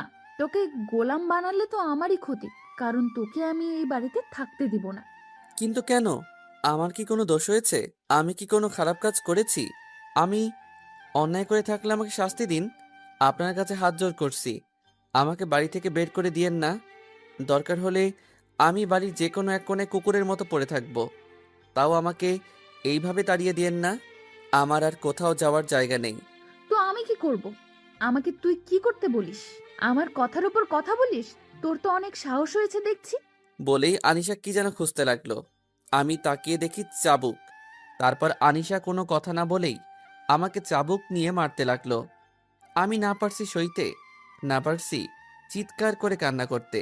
চিৎকার যেন বাইরে না যায়, তাই আমি আমার হাত দিয়ে মুখ চেপে ধরে আছি। আমি ব্যথায় মাঝে মাঝে আঁতকে উঠছি। আমার শরীরে খুব ব্যথা করছে। কোনো রকম নিজেকে ধরে রেখেছি। আমার শরীর দিয়ে যে রক্ত বের হচ্ছে তা বেশ বুঝতে পারলাম। না, আমি আর পারছি না। আনিশা, আমাকে আর এইভাবে মেরো না। আমার খুব কষ্ট হচ্ছে। আমি তোমার কাছে ক্ষমা চাইছি। আমার ভালোবাসা কিন্তু মিথ্যা না, সত্যি সত্যি ভালোবেসেছি। তুমি আমাকে একেবারেই মেরে ফেলেও। আনিশা কিছুটা শান্ত হলো, তারপর বলতে শুরু করলো। তোর মতো ছোট লোকের বাচ্চা আমার বাড়ির কুকুর হওয়ারও যোগ্য না। তুই কেমনে ভাবলি তোরে আমি ভালোবাসি? কুকুরের দল বড় লোক দেখে লোভ সামলাতে পারে না। আমার চোখের সামনে আসলে তোকে যে আমি কি করব আমি নিজেই জানি না। তবে তোর ভালো কিছু হবে না, এটা বলে দিলাম। তাহলে এতদিন কি শুধু ভালোবাসার নামে অভিনয় করে এসেছো? আরে যা তো, কানের কাছে ভ্যান ভ্যান এই সব সময় শুনতে ভালো লাগে না। আজ আমার অনেক ভালো লাগছে, আমি আমার প্রতিশোধ নিতে পারলাম। কথাটা বলার সাথে সাথেই কাকে যেন ফোন দিল দিয়ে। হ্যাঁ বাবু, তুমি কোথায় জানো বাবু? আজ অনেক খুশি আমি। তুমি এখনই চলো, আমি ঠিকানা মেসেজ করে দিচ্ছি। আমার সামনেই কথাগুলো বলল। আমি বুঝতে পারলাম তার মনে হয় মনের মানুষকে এইসব বলল। আমি আর আমার চোখের পানি লুকাতে পারলাম না। সরাসরি আমার রুমে এসে কাঁদলাম। চোখের পানি শুকিয়ে গেল। আমার মনের আগুন এখনো জ্বলতে থাকলো। সারা রাত আমার ঘুম আসলো না। আজান হচ্ছে, নামাজ পড়তে যাব। অজু করে বের হয়ে দেখি আনিশা রুমে এখনো আলো জ্বলছে। তাই আমি দেখার জন্য দরজায় নক দিলাম। কয়েকবার নক দেওয়ার পর দরজা খুলল, আর খোলার সাথে সাথেই আমার দুই গালে দুটো চড় মেরে বলতে লাগলো। কুত্তার বাচ্চা, এখানে কি? ছোট লোকের বাচ্চা, ভাগ এখান থেকে। শালা তোর মতো লুচ্চা আমি একটাও দেখিনি। আমার চড় মারার কারণে ঠোঁটটা কেটে গেছে। আনিশার কথায় তার থেকে বেশি কষ্ট হচ্ছে। তাই আমি একটু মুচকি হাসি দিয়ে বললাম, রাতে তো ঘুমাওনি, এখন না ঘুমালে শরীর খারাপ করবে। এটা বলে চলে আসলাম। চোখের পানি মুছতে মুছতে রুমে এসে নামাজ পড়ে দোয়াতে আনিশার ভালোর জন্য দোয়া করতে লাগলাম। চোখের পানি যেন থামছে না। এইভাবে চলতে থাকে আমার দিন। আনিশা আমাকে কষ্ট না দিলে তার দিন যেত না। এখন আমাকে কলেজে অপমান করে, সবার সামনে চড় মারে। আমাকে কখনো তার চাকর বানায়, আবার কখনো তার গোলাম। কখনো আমাকে মানুষ বলে মনে করেই না। আমি আমার আব্বু আম্মুর কথা ভেবে এই বাড়ি থেকে কোথাও যেতে পারি না। আমার চাচা ব্যবসার কাজে দেশের বাইরে গেছে। আমার হাতে লাগানো গাছগুলো বেশ সুন্দরভাবে বেড়ে উঠছে। প্রতিদিনই পানি দেই। আনিশা আগের থেকে অনেক পাল্টে গেছে। চাচির সাথেও এখন খারাপ ব্যবহার করে। চাচি সুযোগ পেলেই অপমান করে দেয়। একদিন আমি আর চাচি বসে গল্প করছিলাম, এমন সময় আনিশা আসে। আমাকে আর চাচিকে দেখে দাঁড়িয়ে যায়। এই ছোট লোক তো আর এক ছোট লোকের সাথে গল্প করছে। How funny. এটা বলেই তার রুমে চলে যায়। আনিশা আমাকে আর চাচিকে উদ্দেশ্য করে বলল, চাচি। আনিশার কথা শুনেই কাঁদতে লাগলো। কাঁদতে কাঁদতে নিজের রুমে চলে গেলেন। আমার এখন আর কিছু হয় না, অভ্যাস হয়ে গেছে। কিন্তু চাচির জন্যই খারাপ লাগলো। আমাদের এইচএসসি পরীক্ষার 1 মাস 13 দিন সময় আছে। আমার একটা নোট কিনা লাগবে গণিতের। তাই বাসা থেকে বের হলাম। বের হয়ে দেখলাম আনিশা আর একটা ছেলে বাইকে করে যেন কোথায় গেল। আনিশা এত রাতে কোথায় যেতে পারে? আর ওই ছেলেটাকে তো আমি চিনি, ও খুবই খারাপ ছেলে। আমি কিছু না ভেবে একটা ট্যাক্সিতে উঠে তাদের ফলো করতে লাগলাম। ফলো করতে করতে দেখলাম তারা একটা নির্জন একটা বাড়ির ভিতর ঢুকলো। আমি কিছু বুঝতে পারলাম না। ছেলেটার উদ্দেশ্য ভালো না। তারা বাড়ির ভিতর ঢুকে গেল। আমিও তাদের পিছু পিছু ঢুকলাম। সেখানে ভীষণ অন্ধকার ছিল, তাই অত ভালো মতো কিছু বোঝা যাচ্ছে না। আমি হঠাৎ একটা রুমের সামনে এসে থমকে দাঁড়ালাম, কারণ সেখানে আলো ছিল, আর ছিল কেমন অদ্ভুত গঙ্গানোর আওয়াজ। আমি ভয়ে ভয়ে রুমের ভিতর প্রবেশ করেই আমার চোখ দুটো পড়ে যাওয়ার মতো অবস্থা, কারণ ছেলেটা আনিশাকে বন্দি করে তার জামা কাপড় খুলে দিচ্ছে, আর আনিশার মুখে কাপড় দিয়ে আটকানো আছে, যার ফলে সে চিল্লাতে পারছে না। আনিশার সাথে সাথে ছেলেটাও আমাকে দেখে ফেলেছে, তাই আমি বাধ্য হয়েই তাদের সামনে চলে আসি। আর ছেলেটা আমাকে দেখেই বন্দুক বের করে নিল। আমি এখন কি করব ভাবছি। ও, পেয়েছি। আমি ছেলেটাকে উদ্দেশ্য করে বললাম, তুমি কি শুধু আনিশাকে একাই ভোগ করবে? আমারও অনেক দিনের ইচ্ছা। আমাকে তোমার বন্ধু করে নাও, তোমারই ভালো হবে। ছেলেটা কিছু একটা ভাবছে। আনিশা আমার দিকে অবাক হয়ে তাকিয়ে আছে, হয়তো নিজের কানকে বিশ্বাস করতে পারছে না। তুই ঠিক বলেছিস, এই মেয়েটা যা জিনিস না, একে একা খেয়ে শেষ করা যাবে না। তোকে ভাগ দিব, কিন্তু আমার একটা শর্ত আছে। কি শর্ত? তাকে একটা থাপ্পড় মার, শালির কি তেজ, আর সব তেজ গুঁড়ো করে দেব। আমার খারাপ লাগলেও কিছু করতে পারছি না, তাই তার কথায় একটা থাপ্পড় মারি। এতে আনিশারও কিছু করার নেই। আমি তাকে থাপ্পড় মেরে দিলাম। বিশ্বাস করেন, আমার অনেক কষ্ট হয়েছে। মনে হচ্ছে আমার বুক ফেটে হার্ট বের হয়ে যাচ্ছে। আমি ছেলেটাকে বললাম, আমরা এখন একটু মজা করি, আছে নাকি ওইসব? আরে আছে, আমার বাড়ি এখানে, সব আছে। এটা বলেই পাশের রুমে গেল, আর আমি তখন ওর পিছু গেলাম। আর ও রুমে যাওয়া মাত্রই আমি ওকে বাইরে থেকে লক করে দেই। ছেলেটাকে আটকে দিয়ে আমি সাথে সাথেই পুলিশকে ফোন দিয়ে জানিয়ে দিলাম। আনিশার কাছে গিয়ে দেখি ও হতাশ হয়ে গেছে। আমি সাথে সাথেই ওকে বাঁধন থেকে মুক্ত করে আমি ওকে নিয়ে বাড়িতে চলে আসি। ওকে মনে হয় এমন কিছু খাওয়ানো হয়েছে যার কারণে ও কেমন যেন করছে। আমি আর আনিশা কোনো মতে বাড়িতে পৌঁছালাম। তারপর বাড়িতে গিয়েই দেখি চাচি বসে আছে। আনিশার এমন অবস্থা দেখে বলে, কি হয়েছে? তারপর আমি বললাম, আমি আর তানিশা একটু বাইরে ঘুরতে গেছিলাম, আর আনিশার একটু মাথাটা ঘুরছে। ওকে ওর রুমে রেখে শুয়ে দিয়েই চাচি আর আমি আমাদের রুমে গেলাম। সকালে কারো চিৎকারে আমার ঘুম ভেঙে গেল। তাকিয়ে দেখি আনিশা আর চাচি আমার রুমের সামনে। তাই আমি তাড়াতাড়ি উঠে গেলাম। দরজার কাছে যেতেই চাচি আমাকে ঠাস করে একটা চড় বসিয়ে দিল। গাল অনেক ব্যথা করছে। আমি কিছু বুঝতে পারলাম না, তাই অবাক হয়ে তাদের দিকে চেয়ে আছি। একবার তানিশার দিকে চেয়ে আছি, আবার চাচির দিকে। এমন সময় চাচি আমার কলার ধরে বলতে লাগলেন, তোকে আমি কত বিশ্বাস করে আমার এই বাড়িতে থাকতে দিলাম, আর তুই আমার বিশ্বাসের এমন মূল্য দিবি? আমি ভাবিনি কোনো দিনও। তুই আমার সব বিশ্বাস নষ্ট করলি। তোকে কত ভালোবেসেছিলাম, তোকে কোনো দিনও আমার অন্য চোখে দেখিনি। আর তুই কি করলি? আমার মেয়েটার সর্বনাশ করলি। আমি চাচির কথা শুনে আকাশ থেকে পড়লাম। উনি কি বলছেন এগুলো? আমি আবার আনিশার সাথে কি করলাম? আনিশাকে তো অসম্মানের হাত থেকে আমি বাঁচালাম। তাহলে কি আনিশা আমাকে মিথ্যা অপবাদ দিয়ে বাড়ি থেকে বের করে দেওয়ার জন্য এসব করছে? চাচি আমাকে বাড়ির বাইরে বের করে দিলেন। আমি কোথায় যাব? আমার তো কেউ নেই এই অচেনা জায়গায়। আর আমার মনে হয় চাচি হয়তো এমনি আমার উপর রাগ করে আছে, তাই হয়তো এমনটা করছে। রাগ কমে গেলে আবার আমাকে বাড়ির ভিতরে নিবে, তাই আমি বাড়ির গেটের সামনে দাঁড়িয়ে আছি। সকালে নাস্তাও হয়নি। আজ মনে হচ্ছে রোদের তাপ অন্য দিনের থেকে বেশি। অনেকক্ষণ হলো দাঁড়িয়ে আছি, না কেউ আসছে না। তাই ভাবলাম একটু দেখে আসি ভিতরে কিছু হচ্ছে নাকি। যেই ভাবা সেই কাজ, বাড়ির ভিতরে ঢুকলাম। ঢুকতেই আনিশা আমাকে দেখে তার হাতে গ্লাস ছিল, আর সেটা আমার দিকে ছুঁড়ে দিল। আমি কিছু বোঝার আগেই আমার কপালে লেগে আমার কপাল কেটে গেল, আর সাথে সাথেই রক্তে আমার জামা পুরো লাল করে দিল। আমি অবাক দৃষ্টিতে আনিশার দিকে তাকিয়ে আছি, কারণ এই সেই মেয়ে যে আমাকে এত ভালোবাসতো। আমি না খেলে সেই খেত না। আমি রাতে ঘুমালে মাঝে মাঝে আমার বুকে মাথা রেখে ঘুমাতো, আর আমার একটু কষ্ট দেখতে পারতো না। আমার জ্বর আসলে সারা রাত আমার পাশে থাকতো, মাঝে মাঝে ঘুরতে নিয়ে যেত।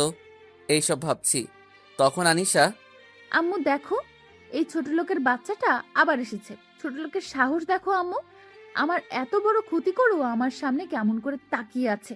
কুত্তার বাচ্চাকে বাড়ি থেকে বের করে দাও। আনিশার কথা শুনে চাচি আসলো, আর আমার মনটা ভেঙে গেল। দয়া করে আমাদের তো এখন একা থাকতে দে। আমাদের তো যা সর্বনাশ করার করে দিয়েছিস। এখন আর আমাদের কষ্ট দিস না। তুই আমাদের চোখের সামনে থেকে যা। তোর মতো ছোট লোক আর নিচু মনের মানুষকে আমরা দেখতে চাই না। কিন্তু চাচি, আমার অপরাধটা, এটা বলার সাথে সাথে চাচি আমার গালে থাপ্পড় বসিয়ে দিল। আমি অবাক হয়ে চাচির দিকে তাকিয়ে আছি। এবার সত্যি কষ্টে আমার বুকটা ফেটে গেল। আমি আর আমার চোখের পানিটা ধরে রাখতে পারলাম না। আমি কাঁদতে কাঁদতে চাচির পা ধরে বলতে লাগলাম, চাচি, আপনারা ছাড়া আমার আর কে আছে বলুন? আমি তো এই শহরের কিছুই চিনি না, আর আমি সত্যি অসহায়ের মতো হয়ে যাব। আমি আনিশার কোনো সর্বনাশ করিনি, তবুও আপনারা না হয় আর 2টা মাস আমাকে থাকার সুযোগ দেন। কথা দিচ্ছি, আমার পরীক্ষাটা শেষ হলেই চলে যাব। আমাকে থাকতে দেন, সারাদিনে না হয় একবেলা খেতে দিবেন, আমাকে বাড়ি থেকে বের করে দিয়েন না। আমি শেষ পর্যন্ত আনিশার পাও ধরলাম, কিন্তু আমাকে থাকতে দিল না। আর এইদিকে আমাকে তাদের বাড়ি থেকে বের করে দিল। আমার দোষ কি জানেন? আমরা গরিব, আমরা ছোট লোক। আরও একটা দোষ, মানুষের ভালো করতে নেই, যদি করেন তাহলে তার ফল আপনাকে পেতেই হবে। তাই আমিও পেলাম। আমার কি দোষ ছিল? আমি এখন কার কাছে যাব, কি করব? আমার যে মা বাবার স্বপ্নটা পূরণ করতে হবেই, এইসব ভাবছি আর হাঁটছি। এমন সময় একটা বড় গাছের নিচে আসলাম, সেখানে হেলান দিয়ে বসলাম, আর সাথে সাথেই বৃষ্টি শুরু হয়ে যায়। আজ অনেক কষ্ট হচ্ছে, নিজের ভালোবাসার মানুষটাও আমাকে বিশ্বাস করতে পারল না। সেদিন খুব ভিজলাম, রাতে বৃষ্টি থামলো, কিন্তু আমার জ্বরটা থামলো না, কারণ সারা দিন না খেয়ে আছি, তার উপর আবার কপাল ফেটে গেছে। কোনো রকম সকাল হলো, পকেটে হাত দিয়ে দেখি মোবাইল নাই, তাই নিজের মান সম্মান বাদ দিয়ে মোবাইলটা আনতে আনিশার বাড়িতে গেলাম। আনিশার বাড়িতে গিয়ে দেখলাম দারোয়ান চাচা দাঁড়িয়ে আছে। আমাকে দেখেই আমার কাছে আসলো। আমি চাচাকে সালাম দিয়ে আমার ফোনটা আনার জন্য বললাম। বেশ কিছুক্ষণ পর চাচা আসলো। আমি মোবাইল ফোনটা নিয়ে হাঁটা ধরলাম। চাচা ডাক দিল, বাবা দাঁড়াও। আমি পিছনে তাকিয়ে দেখলাম চাচা নিজেই আমার কাছে এসে আমাকে কিছু টাকা দিলেন। অনেক না করার পরও আমাকে জোর করে দিলেন। আমি টাকাগুলো নিয়ে আসলাম। আমি টাকা দিয়ে কিছু কিনে খেলাম। আমার গন্তব্য এখন ওই বড় গাছটার নিচে। আমি হাঁটছি, দূর থেকে মনে হচ্ছে ওটা আনিশা। আমি দাঁড়িয়ে গেলাম। হ্যাঁ, ওটা আনিশাই। আনুষা ক্লিনিকের সামনে দাঁড়িয়ে আছে। কেন, কিছু হয়েছে নাকি আনিশার? একটু কি দেখা করে আসবো নাকি? না থাক, কি মনে করবে। কিন্তু আনিশা এখানে কি করছে? আনিশার সামনে একজন মহিলা দাঁড়ালো, তার মুখ দেখতে পারছি না, তাও মনে হলো ওটা চাচি হবে। চাচি আর আনিশা গাড়িতে উঠে চলে গেল। আমি কৌতূহল বশত ক্লিনিকের ভিতরে গেলাম। সেখানে একজন ডাক্তারকে পরিচিত লাগছে, কোথায় যেন দেখেছি, মনে পড়ছে না। হ্যাঁ, মনে পড়েছে, এটা তো আনিশাদের ফ্যামিলি ডাক্তার। আমার ভালোই হলো, আমি সহজেই জানতে পারবো, আর ওনার সাথে আমার সম্পর্কটাও ভালো। আমি আর কোনো কিছু না ভেবেই চলে গেলাম ডাক্তার আঙ্কেলের কাছে। আমি সামনে এগোতে লাগলাম। ডাক্তার আঙ্কেল আমাকে দেখেই, আরে রাফি, কেমন আছো? তা কি মনে করে আমার এখানে? আসলে আঙ্কেল, আমার একটা খুব জরুরি কাজ আছে। তা তোমাকে কিভাবে সাহায্য করতে পারি? আঙ্কেল, আপনিই পারবেন আমাকে সাহায্য করতে। আচ্ছা বলো, কি জানতে চাও? আমি দেখলাম আনিশা আর চাচি আসছিল আপনার কাছে। চাচি কি অসুস্থ, নাকি অন্য কোনো কারণে আসছিল আপনার কাছে, নাকি আনিশার কিছু হয়েছে? আঙ্কেল, কিছু হয়েছে কি? আসলে বাবা, কি বলবো তোমাকে, আর কিভাবেই বলবো সেটা বুঝতে পারছি না। আঙ্কেল, হিয়ালি না করে আমাকে সবকিছু বলেন। আসলে আনিশা মনে করছে তার সাথে কেউ জোর জবরদস্তি করছে, আর তার সতীত্ব নাকি নষ্ট হয়েছে, আর সেটা নাকি তুমি আর তোমার বন্ধু মিলে করছো। আমি এই কথা শুনে মাথা নিচু করে আছি, আর ভাবছি আমি কি করলাম, আর আনিশা কি বলল। আমি আর কোনো কথা না বলেই সেখান থেকে চলে আসলাম। আমার মাথায় কিছুই ঢুকছে না, কি থেকে কি হয়ে গেল। আমি আবারও গাছের নিচে গিয়ে বসলাম, আর ওইসব কথাগুলো ভাবছি। সন্ধ্যা হয়ে গেছে, খুব ক্লান্ত, তাই একটু চোখ বন্ধ করেছিলাম। তখন কেউ আমার কাঁধে হাত দিল। আমি তাকিয়ে দেখি ঈশিতা। আমি তো অবাক হয়ে তাকিয়ে আছি তার দিকে। ও এখানে কি করে? পাঠকদের হয়তো মনে নেই, রংপুর থেকে ঢাকা আসলাম। বাসের পাশের সিটে ঈশিতা। তুমি এখানে কি করো? আর এইভাবে শুয়ে আছো কেন? আর তোমার কপালে কি হয়েছে? এমনি, ও কিছু না। তা কি করো তুমি এখানে? আরে পাগল, আমার বাসার সামনেই তো তুমি আছো। তোমার কি হয়েছে বলো তো? আমাকে বন্ধু ভেবে বলতে পারো। তোমার তোমার চাচার বাসায় ওঠার কথা। কেন যেন ঈশিতাকে বিশ্বাস করতে ইচ্ছা করছে, তাই সব বলে দিলাম। দেখি ঈশিতার চোখে পানি। ঈশিতা আমার হাত ধরে টান দিল। আমি বসা থেকে উঠে দাঁড়ালাম। ঈশিতা আমাকে বলতে লাগলো, এখন তুমি আমার সাথে যাবা। আমি কোথায় যাব? তোমাকে কোনো কথা বলতে হবে না, আর আমার সাথে গেলেই হবে।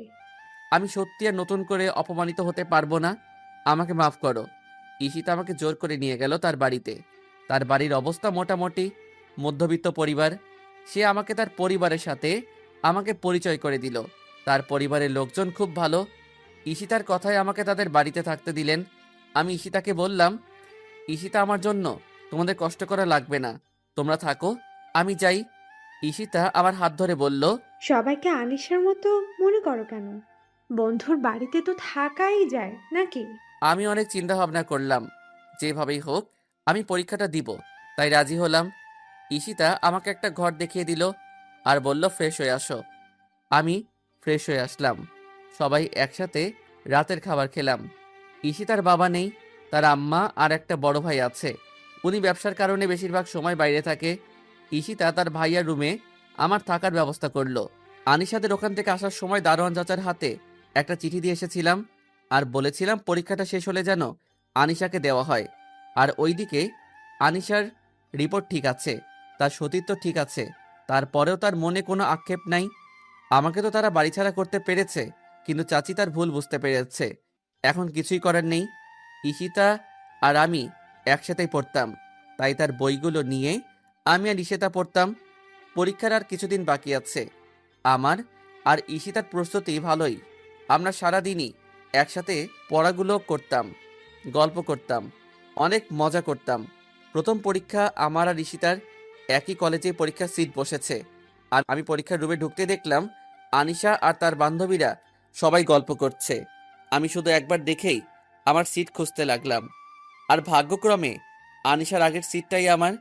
আমি কোনো কথা না বলেই বসে গেলাম আমার সিটে। আমার কেমন যেন লাগছে, কেউ হয়তো আমার দিকে তাকিয়ে আছে। আমি আর সেদিকে না লক্ষ্য করে পরীক্ষা দিতে বসলাম। স্যার আসলেন, পরীক্ষা শেষ করলাম। আমি আর ঈশিতা চলে আসলাম। তারপর গণিত পরীক্ষার সময় দেখলাম আনিশার চোখে পানি টলমল করছে। আমি বুঝতে পারছি তার কমন আসে নাই, তাই আমি এমনভাবে বসলাম যেন আনিশা আমার খাতা দেখতে পারে। দেখি সে মাথা নিচু করেই আছে, তাই আমি হালকা করে তার মাথায় হাত দিলাম আর ইশারায় বললাম আমার খাতাটা দেখার জন্যে। সে লেখা শুরু করলো, আমিও করলাম। এইভাবে আমাদের পরীক্ষাটা শেষ হলো। আনিশা আমাকে অনেক ডেকেছিল, কিন্তু আমি না শোনার ভান করে চলে আসি। এইভাবেই আমাদের পরীক্ষা শেষ হয়। আমি বুঝতে পারি আনিশা আমার উপর দুর্বল হয়ে গেছে। আমার পরীক্ষা শেষ হওয়ায় ঈশিতাকে নিয়ে ঘুরতে যাই, কারণ কাল আমি রংপুরে চলে যাব। আজ অনেক ঘুরলাম, অনেক এনজয় করলাম, মজা করলাম। আজকের দিনটা আমার সারা জীবন মনে থাকবে। কাল সকালে আমি ঈশিতাকে ও তার পরিবারকে বিদায় দিয়ে চলে আসলাম। ঈশিতার পরিবারের সাথে আমার খুব ভালো সম্পর্ক হয়ে গেছে। আমি বাড়িতে আসলাম, আম্মু দেখছি রান্না করছে। আম্মুকে সালাম করলাম। আম্মু আজ অনেক খুশি। আব্বুকে ফোন দিলাম। কিছুক্ষণের মধ্যেই আব্বু আসলো। আমি ফ্রেশ হয়ে সবার সাথে খাওয়া শেষ করে অনেক গল্প করলাম। জার্নি করে আসার কারণে আব্বু আমাকে ঘুমাতে বলল। আমিও রুমে গিয়ে ঘুমিয়ে পড়লাম। আমি আমার রুমে এসে ঘুমিয়ে গেলাম। ঘুম থেকে উঠে দেখলাম এখন সন্ধ্যা হয়ে গেছে। অনেক দিন পর এসেছি বাসায়, তাই একটা আরামের ঘুম দিলাম। ঘুম থেকে উঠে ফ্রেশ হয়ে নাসিবকে ফোন দিলাম।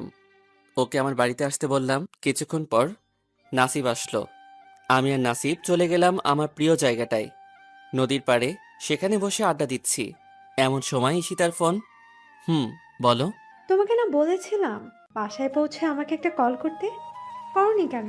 অনেক দিন পর বাড়িতে আসলাম, খুশিতে ফোন দিতে ভুলে গেছিলাম, সরি। ও, একদিনে আমাকে ভুলে গেছো? ভালো লাগলো। তা কি করো এখন? রাগ করছো? সরি বললাম তো। আমি আর আমার বন্ধু নদীর পাড়ে বসে আছি। তুমি? বন্ধু নাকি বান্ধবীর সাথে ফোনটা দেও তো, তোমার বন্ধুকে। আমি কথা না বাড়িয়ে দিলাম, কারণ ওর যা রাগ, কি না কি করে বসে। আর মুখ দিয়ে একবার যা বের হবে তা করেই ছাড়বে। এক কথায় নাছোড়বান্দা। ঈশিতার এগুলো আমার আবার ভালো লাগে। আমার উপর জোর করে অধিকার খাটানোর চেষ্টা করে। আমি এটাও বুঝি সে আমাকে অনেক ভালোবাসে। আমিও তাকে পছন্দ করতে শুরু করি। তার কারণ আমি যেমন মানুষ মনে মনে খুঁজেছিলাম, ঈশিতা ঠিক তেমনই। খুব ভালো মনের মেয়ে একটা। এমন মেয়ে হাজারে একটা পাওয়া যায়। ওর সাথে আমার কোনো রক্তের সম্পর্ক নেই, কোনো বন্ধুত্ব সম্পর্ক ছিল না, কিন্তু ও আমাকে ওর বাসায় থাকা খাওয়ার জায়গা দিয়েছিল। আমার বন্ধু হয়ে সব সময় পাশে ছিল।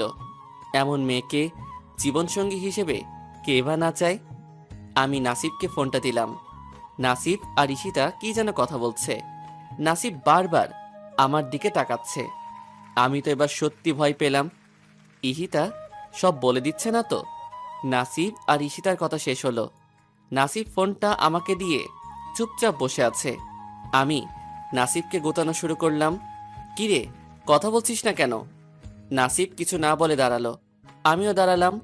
আমি যেই কথা বলতে যাব, নাসিব আমার বাম গালে এক থাপ্পড় দিল। নাসিব আমার হাত ধরে তার মাথায় হাত দিয়ে বলতে শুরু করলো, রাফি, আমাদের বন্ধুদের কসম, ঢাকাতে কি কি হয়েছে আমাকে সব বল। আমি আর অভিনয় করতে পারলাম না। আমি নাসিবকে সব বললাম। এখন আনিশাকে আমি শুধু ঘৃণা করি। আমি আর আনিশার সামনে কোনো দিনও যাব না। নাসিবকে সবকিছু বলতে পেরে মনটা একটু হালকা লাগছে। নিজের কাছে এখন অনেকটাই ভালো লাগছে। নাসিবকে ঈশিতার কথা বললাম। রাত অনেক হয়ে গেছে, তাই আমি আর নাসিব নিজের বাড়িতে আসলাম। আমি বাড়িতে এসে খাওয়া শেষ করে আম্মু আব্বুর সাথে অনেক গল্প করে ঘুমিয়ে গেলাম। সকালে ঘুম ভাঙলে নামাজে গেলাম। নামাজ থেকে এসে আব্বুকে বললাম, আব্বু, আমিও আপনার সাথে কাজ করতে চাই। এখন তো আমি ফাঁকাই আছি, এই সময় কাজ করতে পারলে একটু ভালো হতো। আব্বু আম্মুর সাথে পরামর্শ করে বলল, কাজ কিন্তু খুব কঠিন, কিন্তু তুমি যখন চাইছো চলো না একদিন আমার সাথে। কাজ করতে ভালো না লাগলে আমাকে বলবা, কেমন? তোমার বেশি কষ্ট হলে আমি তোমাকে আর কাজ করতে দিব না। আব্বু, আপনি কোনো চিন্তা করেন না, আমাকে আপনার সাথে কাজে নেন, আমি পারবো ইনশাল্লাহ। আমি আর আব্বু কাজে গেলাম। আমি আব্বুর সাথে রাজমিস্ত্রির কাজ করতে গেলাম। আজ আমার কাজ হলো ইট নিয়ে 3য় তলায় দিয়ে আসা। আমার সাথে আরও একজন ছিল। আমি কয়েকবার কাজ করার পর আর পারছি না, তাও করতে লাগলাম। আমার পুরো শরীর ঘেমে গেছে। আমি আমার মতো কাজ করলাম। আজ অনেক ক্লান্ত লাগছে। আমার হাতে ফোসা পড়ে গেছে, হাত জ্বলছে। তবে কাজ শেষে যখন 300টা টাকা পেলাম, মনে হলো আমার কাছে এগুলো কোনো কষ্টই না। আমার জীবনে প্রথম রোজগারের টাকা। আজ আমি অনেক খুশি। সন্ধ্যার পর কাজ শেষ করে আমি আর আব্বু একসাথে কাজ করে বাসায় ফিরলাম। অনেকটা ক্লান্ত লাগছে। আমি আমার জীবনের প্রথম রোজগারের টাকা আম্মুর হাতে তুলে দিলাম। এতে আম্মু এত খুশি হলো যে বলার মতো না। আম্মু কেঁদে ফেলেছে। আমি আম্মুকে সান্ত্বনা দিলাম, আম্মু, তোমার এই ছোট ছেলেটা আর আগের ছেলেটা নেই, সে এখন বড় হচ্ছে। দোয়া করো আম্মু, জীবনে যেন কিছু একটা করতে পারি। আমি আজ একটু তাড়াতাড়ি খাওয়া দাওয়া করেই ঘুমাতে গেলাম, কিন্তু আমার শরীর খুব ব্যথা করছে। এখন কোনো রকমে ঘুমাতে পারলাম। মাঝরাতে আমার ঘুম চলে আসলো। আমি ঘুমিয়ে গেলাম। সকালে উঠলাম, নামাজ পড়ে এসে নাস্তা করে আব্বুর সাথে কাজে গেলাম। এইভাবেই দিন কাটতে লাগলো। মাঝে মাঝে ঈশিতার সাথে কথা হয়। আনিশাও আমাকে ফোন দেয়, কিন্তু আমি ধরি না। আমার ওর উপর এখন কোনো ফিলিংস নেই। হয়তো সে এখন চিঠিটা পেয়ে গেছে। আমি চিঠিতে বেশি কিছু লিখি নাই, ম্যাম, পৃথিবীর সবাইকে এক মনে করতে নেই, আর যে যেরকম কাজ করবে সে তার ফল পাবেই। আপনিও পাবেন, তবে হয়তো সেই দিন এমন কিছু হবে কিছুই করতে পারবেন না। আমি সত্যি আপনাকে ভালোবাসতে চেয়েছিলাম, আপন করতে চেয়েছিলাম। ঠিকভাবে খোঁজ খবর নিয়ে দেখেন। চোখ থাকলে দেখতে পাবেন, মুখ থাকলে বলতে পারবেন, আর কান থাকলে শুনতে পাবেন। আল্লাহ না করুক এই রাফির কারণে আপনাকে চোখের পানি ফেলা লাগে। দোয়া করি ভালো থাকবেন। চাচা চাচিরে দেখে রাখবেন, তারা মাটির মানুষ, খুব ভালো তারা। ইতি, এই পৃথিবীর পরিচিত মানুষ, ছোট লোক। এখন প্রায় আমি আর আব্বু কাজে যাই। এখন আর আল্লাহর রহমতে কাজ করলে আর কোনো সমস্যা হয় না। এইভাবেই আমার আড্ডা, কাজ আর ঈশিতাকে নিয়ে আর বাবা মাকে নিয়েই ভালোই আছি। আজ কাজ করে বাড়িতে এসে দেখি আমাদের বাড়ির সামনে গাড়ি। ভালো করে দেখে চিনতে পারলাম এটা ছোট আব্বুর গাড়ি। কিন্তু এখানে কেন? তার মানে কি ছোট আব্বু আমাদের বাড়িতে এসেছে?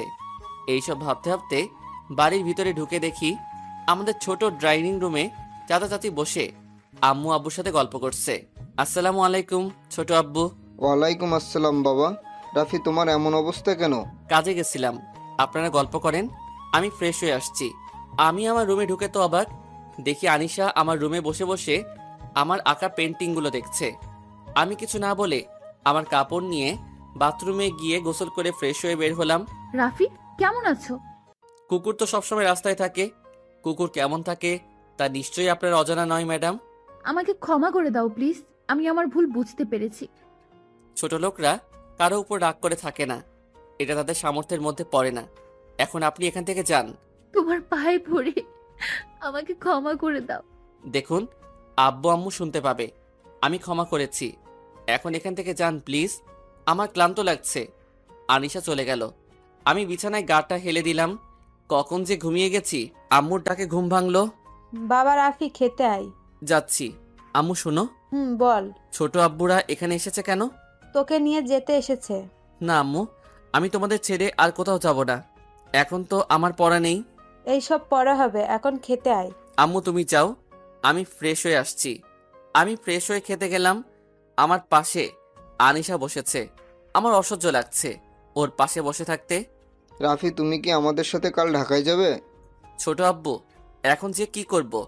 রেজাল্ট বের হোক, যদি ভালো ভার্সিটিতে চান্স পাই তখন দেখা যাবে। আর আব্বু আম্মু ছাড়া থাকতে আমার ভালো লাগে না। না আব্বু, রাফি আমাদের সাথেই থাকবে। রাফি ঠিকই বলেছে।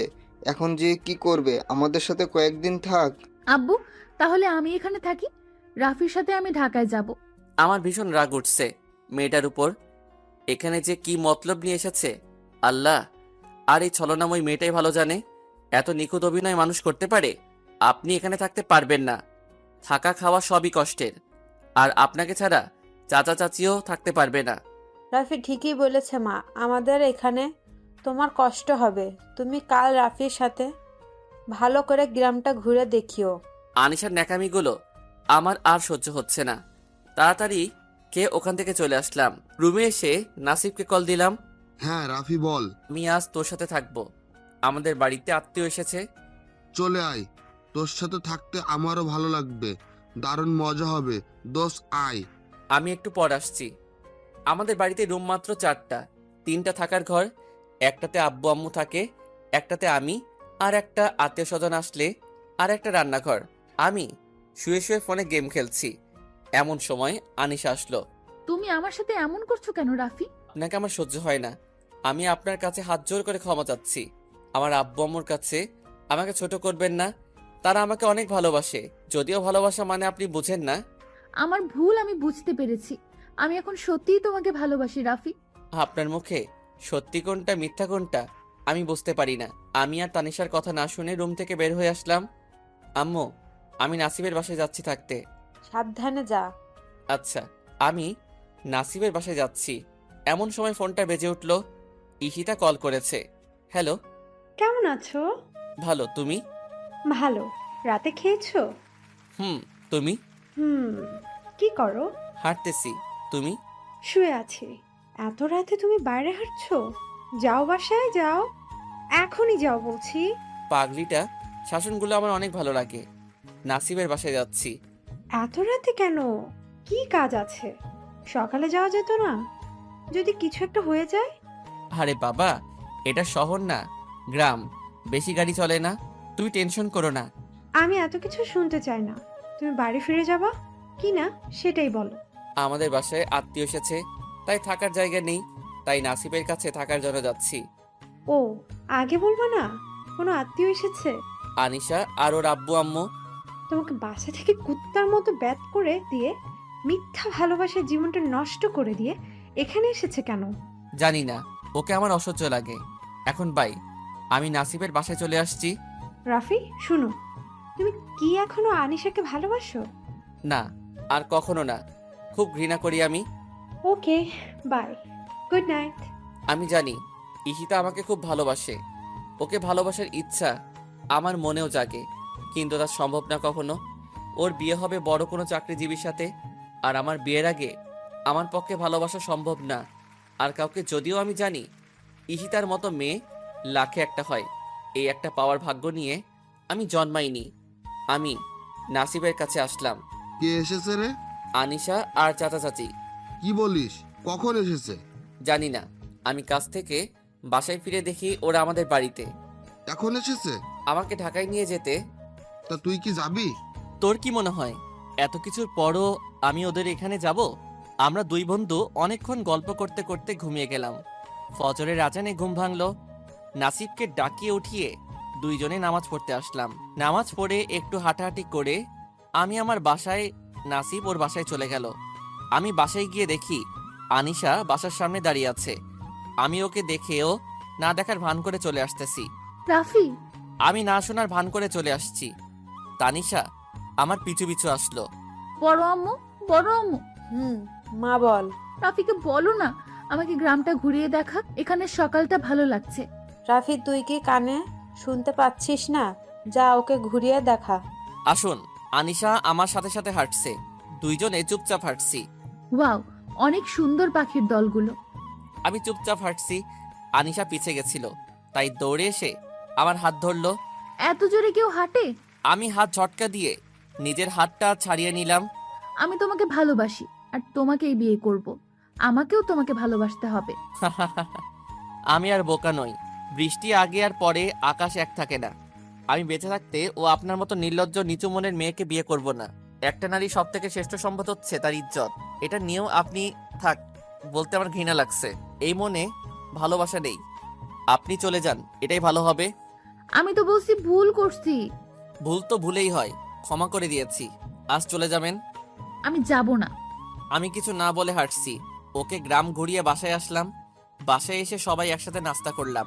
নাস্তা করে আমি আমার রুমে আসলাম। আব্বু বাইরে গেল।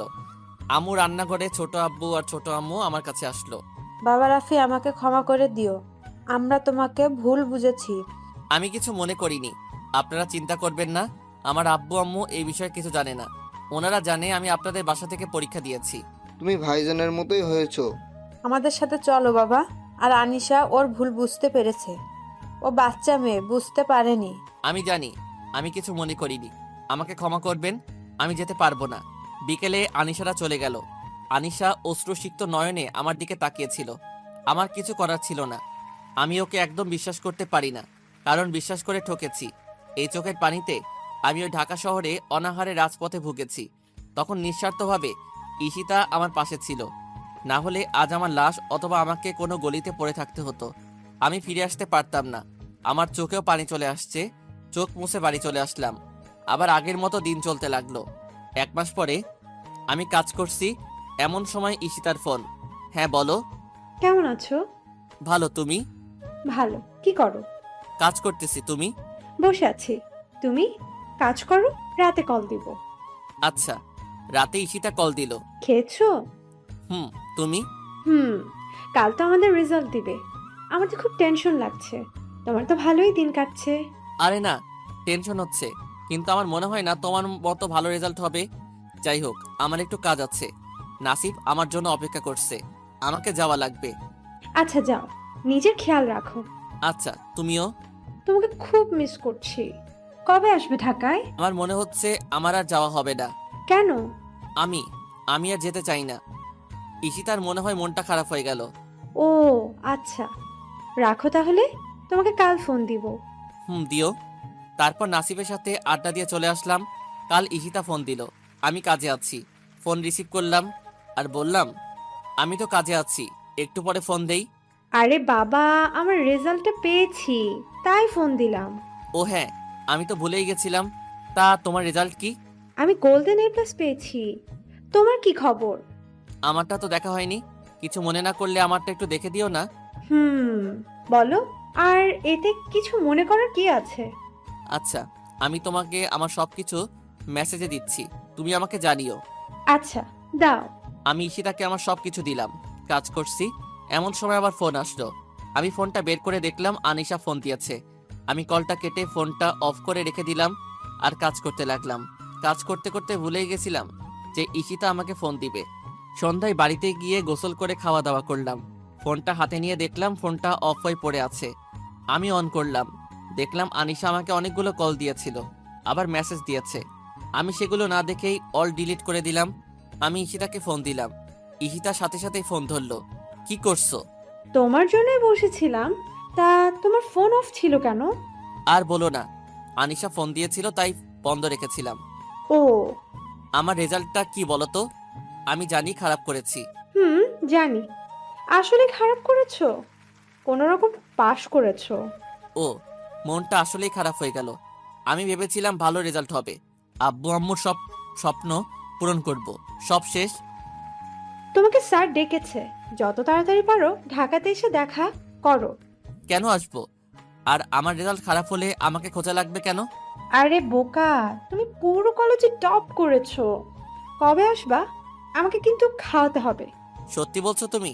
জানো, আমি আজ অনেক খুশি। আমি খুব তাড়াতাড়ি যাব, তোমার সাথে দেখা করব। আমি আরো কিছু কথা বলে কল কেটে আব্বুকে বললাম। আব্বু আমাকে খুশিতে জড়িয়ে ধরে কেঁদে দিলেন। আরে ভাই, খুশির কান্না, খুশির মুহূর্তে এমনটা হয়ে থাকে। আমি আরো বললাম, আমাকে ঢাকায় যাওয়া লাগবে, স্যার আমাকে ডেকেছেন। আচ্ছা তুই কালকেই যা, আমি ব্যবস্থা করছি। আচ্ছা, নাসিবকে খুশির খবরটা জানাতে হবে, তাই গেলাম নাসিবের বাড়িতে। সেখানে আমার খবর শুনে খুব খুশি। অনেক কিছু খাওয়া দাওয়া করলাম, রাতে এসে ঘুমিয়ে গেলাম। সকালে নামাজ পড়ে বাইরে হাঁটতে বের হলাম। তারপর খাওয়া দাওয়া করে রেডি হয়ে চলে গেলাম গাড়িতে বসে আছি আর ভাবছি ইশিতাকে আজ সারপ্রাইজ দিব, তাই তাকে কিছু জানাইনি। আমার পৌঁছাতে বিকেল হয়ে গেল। আমি সোজা ইশিতার বাড়িতে গিয়ে নক করলাম। ইশিতা দরজা খুলে আমাকে দেখেই অবাক হয়ে দাঁড়িয়ে আছে। আমি কি তাহলে ভুল বাড়িতে আসলাম? তাহলে চলে যাই। ইশিতা কিছু না বলেই আমার পথ আটকিয়ে ধরে আমাকে জড়িয়ে ধরলো। তুমি আসবা, আমাকে জানাবা না? আমি ইশিতার কাছ থেকে নিজেকে ছাড়িয়ে নিয়ে আমাদের মাঝে দূরত্ব বজায় রাখলাম। আমি ইশিতার বাড়িতে ঢুকলাম, আন্টির সাথে কথা বলে ফ্রেশ হয়ে আসলাম। খাওয়া দাওয়া করে ঘুম দিলাম। মাঝরাতে আমার দম বন্ধ হয়ে আসছে আর আমার কানে কেমন যেন গুনগুন করে আওয়াজ আসছে। আমি ভয় পেয়ে গেলাম। আমি কেন উঠতে পারছি না? আমার আবার কি হলো? আমি নড়তে পারছি না কেন? আমার আরো ভয় করতে লাগলো। আমি এক ঝটকা দিয়ে উঠে পড়লাম আর সাথে সাথে আলো জ্বালালাম। আর আমি লাইট জ্বালিয়ে তো পুরোই অবাক। এটা আমি কি দেখছি? আমি তো পুরোই অবাক। এটা আমি কি দেখলাম? আমার শরীর ধীরে ধীরে শীতল হয়ে গেল। এই আমি কি দেখলাম? মানে ইশিতা আমার বুকে শুয়েছিল আর কান্না করছিল, কিন্তু কেন? ইশিতা তো আমার খুব ভালো বন্ধু। ওর এমন আচরণের কারণটা বুঝে উঠতে পারলাম না। নিজেকে একটু স্বাভাবিক করে ইশিতার কাছে গেলাম। ও মেঝেতে পড়ে গেছে, কারণ আমি এমন জোরে উঠেছি ঘুম থেকে যে ইশিতা ফ্লোরে পড়ে যায়। ইশিতা আমার দিকে তাকিয়ে আছে এখনো। আমার কেমন যেন অস্বস্তি লাগছে। মনের মধ্যে হাজারো প্রশ্ন নিয়ে আমি তার কাছে গেলাম। তাকে নিয়ে বিছানায় বসালাম, বসিয়ে তাকে এক গ্লাস পানি দিলাম। ইশিতা পানি খেয়ে একদম মাথা নিচু করে বসে আছে। আমি দেখতে পারলাম ও কিছু একটা নিয়ে ভয় পেয়ে আছে। ইশিতা, কি হয়েছে তোমার? আর কখন থেকে তুমি এই ঘরে আছো? ইশিতা চুপ করে বসে আছে। কি হয়েছে বলবে, নাকি আমি চলে যাব? আমি এটা বলে এই ব্যাগ হাতে নিয়ে দরজার কাছে যেতে লাগলাম। ইশিতা দৌড়ে এসে আমাকে জড়িয়ে ধরলো আর বলতে লাগলো, তুমি কি কিছু বুঝো না? তুমি মিথ্যা ভালোবাসাকে ফিল করতে পারো, আর আমার ভালোবাসা ফিল করতে পারো না? আমি তোমাকে ভালোবাসি। বাসে তোমাকে দেখে আমার খুব ভালো লাগে, তোমার কথা খুব মনে পড়তো। হঠাৎ একদিন তোমার ওই ভাবে দেখা পাবো ভাবিনি। ওই পাওয়াটাই ছিল আমার আশার আলো। তুমি আমার অনেক কাছে চলে এসেছিলে, ভেবেছিলাম তোমাকে বলবো, কিন্তু তুমি এক মিথ্যা ভালোবাসার উপর বিশ্বাস হারিয়ে ফেলেছো। তোমাকে বলে যদি আমার থেকে দূরে যাও, তাই বলিনি। আজ অনেকদিন পর তোমাকে পেলাম, আমি তোমাকে সত্যি অনেক ভালোবেসে ফেলেছি। আমি অবাক না হয়ে পারলাম না। আমি কি করব কিছুই বুঝছি না। ইশিতা আস্তে আস্তে আমার দিকে এগিয়ে আসছে, আমার ঠোঁটের কাছে তার ঠোঁট নিয়ে আসছে। আমি কোনো রকম নিজেকে সামলিয়ে বললাম, ইশিতা আমাকে কিছুদিন সময় দাও, কাল স্যারের সাথে দেখা করে চলে যাব। ইশিতা মন খারাপ করে আছে, তার চোখে পানি টলমল করছে। আচ্ছা, কাল তাহলে আমাকে সারা দিন দিতে হবে। আমি একটা দিন শুধু তোমার হতে চাই। আমি কিছু একটা ভেবে বলে দিলাম, ওকে। সকালে ইশিতার ডাকে ঘুম ভাঙলো। আমি উঠে গোসল করে নিচে নামলাম। খাওয়া দাওয়া করে আমি আর ইশিতা বের হলাম। প্রথমে গেলাম কলেজে। সেখানে স্যারের সাথে দেখা করে জানতে পারলাম প্রিন্সিপাল স্যার আমাকে ডেকেছেন। আমি গেলাম। স্যার, আসতে পারি? আসো। আসসালামু আলাইকুম স্যার, কেমন আছেন? ভালো আছি। তোমাকে যে কারণে ডেকেছিলাম। এটা বলেই ড্রয়ার থেকে একটা কিছু বের করলেন আর আমার হাতে দিলেন। আমি নিলাম, দিয়ে দেখি একটা ফর্ম। স্যার, এটা কিসের ফর্ম? প্রিন্সিপাল স্যার বলল, তোমাকে স্কলারশিপ দেওয়া হয়েছে কলেজ থেকে। আমাদের মনে হয় তুমি জীবনে ভালো কিছু করতে পারবে, তাই তোমাকে কলেজ থেকে কানাডায় পাঠানোর সিদ্ধান্ত নিয়েছি। যেতে 2 লাখ টাকা লাগবে। আমরা সবাই মিলে তোমাকে 50,000 টাকা দিতে পারবো, আর বাকিটা তোমাকে ম্যানেজ করতে হবে। ধন্যবাদ স্যার, আমি আপনার উপর চিরকৃতজ্ঞ থাকব, কিন্তু আমি বা আমার পরিবার এতগুলো টাকা ম্যানেজ করতে পারবো না। আমাকে মাফ করবেন স্যার। এটা বলে স্যারের হাতে ফর্মটা দিয়ে বাইরে চলে আসছিলাম। রাফি, দাঁড়াও। আমি দাঁড়ালাম, দেখলাম স্যারের সাথে কি কথা বলে। স্যারের হাত থেকে ফর্মটা নিয়ে আমাকে নিয়ে কলেজ থেকে বের হলো। আমি কিছু বলি নাই। সারা রাস্তায় দেখলাম ইশিতা একটা সুন্দর জায়গায় নিয়ে আসলো। আমাকে কোনো কথা না বলে সে বসলে একটা জায়গায়। আমি কিছুক্ষণ দাঁড়িয়ে থাকার পর ইশিতার পাশে গিয়ে বসলাম। ইশিতা কিছু একটা ভাবছে। ইশিতা, তোমার কি হয়েছে? চুপ করে আছো কেন? তোমার কি হয়েছে? আমার কিছু হয়নি। ঈশিতা, তুমি ফর্মটা নিলে কেন? রাফি, আমার একটা কথা রাখবা? বলো। ঈশিতা আমার হাত ধরে বলতে লাগলো, আমি তোমাকে একটা রিকোয়েস্ট করব, রাখবে? বলো। রাফি, তুমি কানাডায় যাও পড়াশোনা করতে, আর ওখানে একবার যেতে পারলে পার্ট টাইম একটা জব করে তোমার চলার খরচটা তুমিই চালাতে পারবে। আর তোমার বাবা মার কথা তুমি একদম চিন্তা করো না, আমি তোমার মা বাবাকে আমার নিজের করে নিব। আর তুমি যতদিন না নিজের পড়াশোনা করে আসছো, আমি তোমার বাড়ি থেকে তোমার মা বাবাকে দেখব। সব ঠিক আছে, কিন্তু আমি এতগুলো টাকা কিভাবে অ্যারেঞ্জ করব? তোমাকে এগুলো নিয়ে চিন্তা করতে হবে না, আর আমি দেখি কি করা যায়। আমাকে ঈশিতা এখন দেশের বাইরে পাঠাবেই। আমি ঈশিতার জোড়াজোড়িতে রাজি হলাম। সন্ধ্যায় বাড়িতে গেলাম। ফ্রেশ হয়ে এসে আমার রুমে বসে আছি। এমন সময় ঈশিতা আসলো আমার রুমে। কি করছো? এই তো বসে আছি, আর ভাবছিলাম এতগুলো টাকা পাবো কোথায়। ঈশিতার হাতে কিসের যেন বাক্স ছিল, তা আমার দিকে বাড়িয়ে দিল। আমি দেখি কয়েকটা গহনা আছে। এগুলো কি ঈশিতা? আর আমাকে দেখাচ্ছ কেন? এগুলো আমার বিয়ের জন্য আম্মু আর ভাইয়া তৈরি করে দিয়েছিলেন, আর এগুলো আমি তোমাকে এগুলো দিলাম। এগুলো বিক্রি করলে আমার জানা মতে 1 লাখ টাকা মতো পাবে, আর বাকি টাকাগুলো ম্যানেজ হয়ে যাবে। তোমাকে এত চিন্তা করতে হবে না। ঈশিতা, তুমি এগুলো কি বলছো? এগুলো নেওয়া আমার পক্ষে সম্ভব না। আর তোমার একটা ভবিষ্যৎ আছে, আমি এতটাও স্বার্থপর হতে পারবো না। আর তুমি আমার জন্য এগুলো কেন করছো? রাফি, আমি তোমাকে ভালোবাসি, আর আমার সব কিছু তোমার। আমি জানি তুমি আমাকে ভালোবাসো না, কিন্তু আমার ভালোবাসার জন্য না হয় আমাকে এগুলো করতে দাও। আমাকে মানা করো না প্লিজ। এগুলো বলেই কান্না করতে করতে চলে গেল। আমি তার চলে যাওয়া দেখলাম আর ভাবতে লাগলাম, একটা মেয়ে এতটা কিভাবে ভালোবাসতে পারে। আমি ঈশিতাকে না পেলে হয়তো আমি বুঝতামই না ভালোবাসা কি জিনিস। তুমি সত্যি আমার জীবনে একটা অমূল্য রতন। আমি তোমাকে হারাতে পারবো না। আমি আমার সব দিয়ে তোমার ভালোবাসার মান রাখবো। ঈশিতা, আমিও না তোমাকে অনেক ভালোবেসে ফেলেছি। এগুলো ভাবতে ভাবতেই ঘুমিয়ে গেছি। রাতে মনে হলো আবার কেউ আমার বুকে শুয়ে আছে। আমি জানি এটা কে, তাই আর উঠলাম না। দেখি পাগলিটা কি করে। আমি যে তোমাকে আমার থেকেও বেশি ভালোবাসি, সেটা কি তুমি বুঝো না? জানি বিদেশে গিয়ে আমাকে ভুলে যাবা, ওখানে তো অনেক সুন্দর সুন্দর মেয়ে দেখবা, আমাকে ভুলে যাবে। আমি তোমাকে ছাড়া থাকতে পারবো না। আমি তোমাকে এত ভালোবাসি, আমার ভালোবাসার মানটা একটু রেখো। ঠিক মতো পড়াশোনা করো, পরে দেশে ফিরে এসো।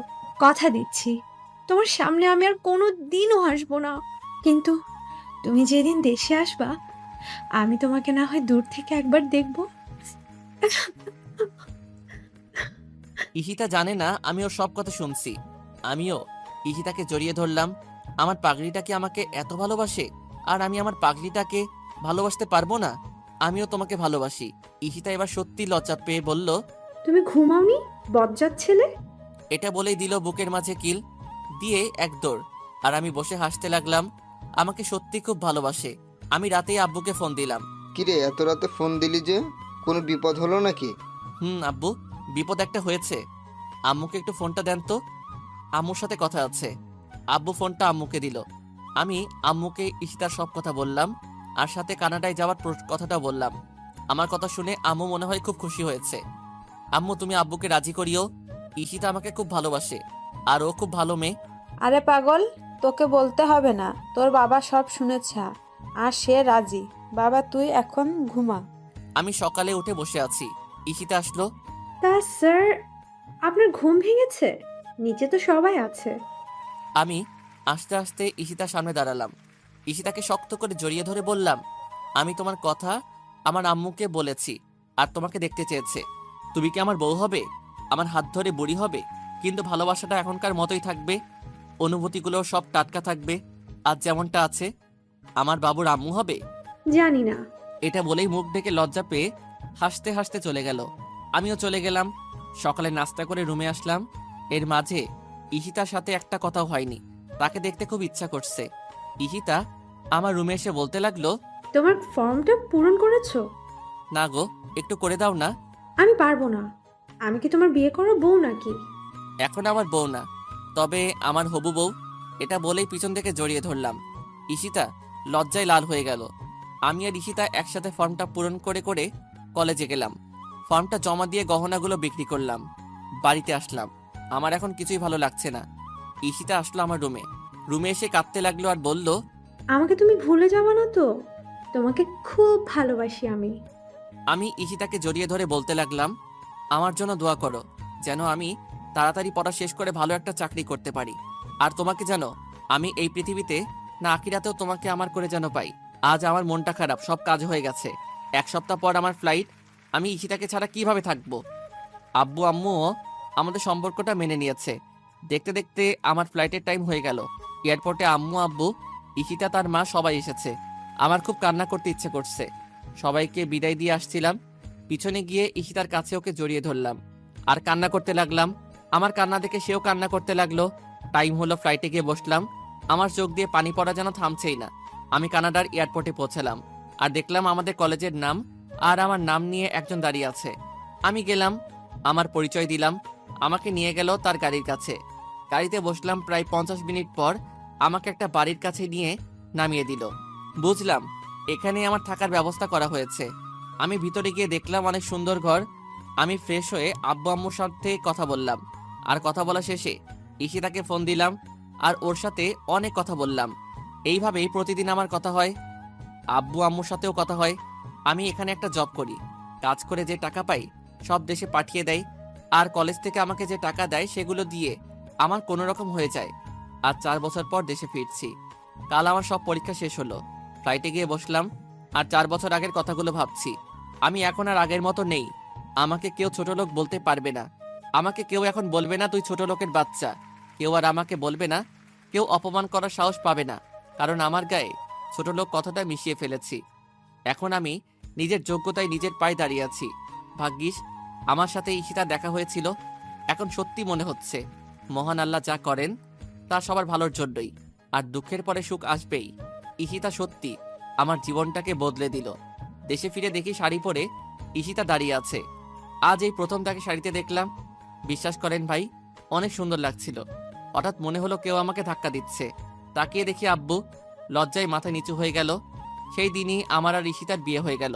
আর হ্যাঁ, ভালো কথা, আমার পরিবার আর ঈশিতার পরিবার একসাথেই থাকি। ঈশিতার কাছে আমি সারা জীবন কৃতজ্ঞ থাকব, আমার জীবন বদলে দেওয়ার জন্য, আমার পরিচয় থেকে ছোট লোক পরিচয়টা সারা জীবনের মতো মুছে দেওয়ার জন্য।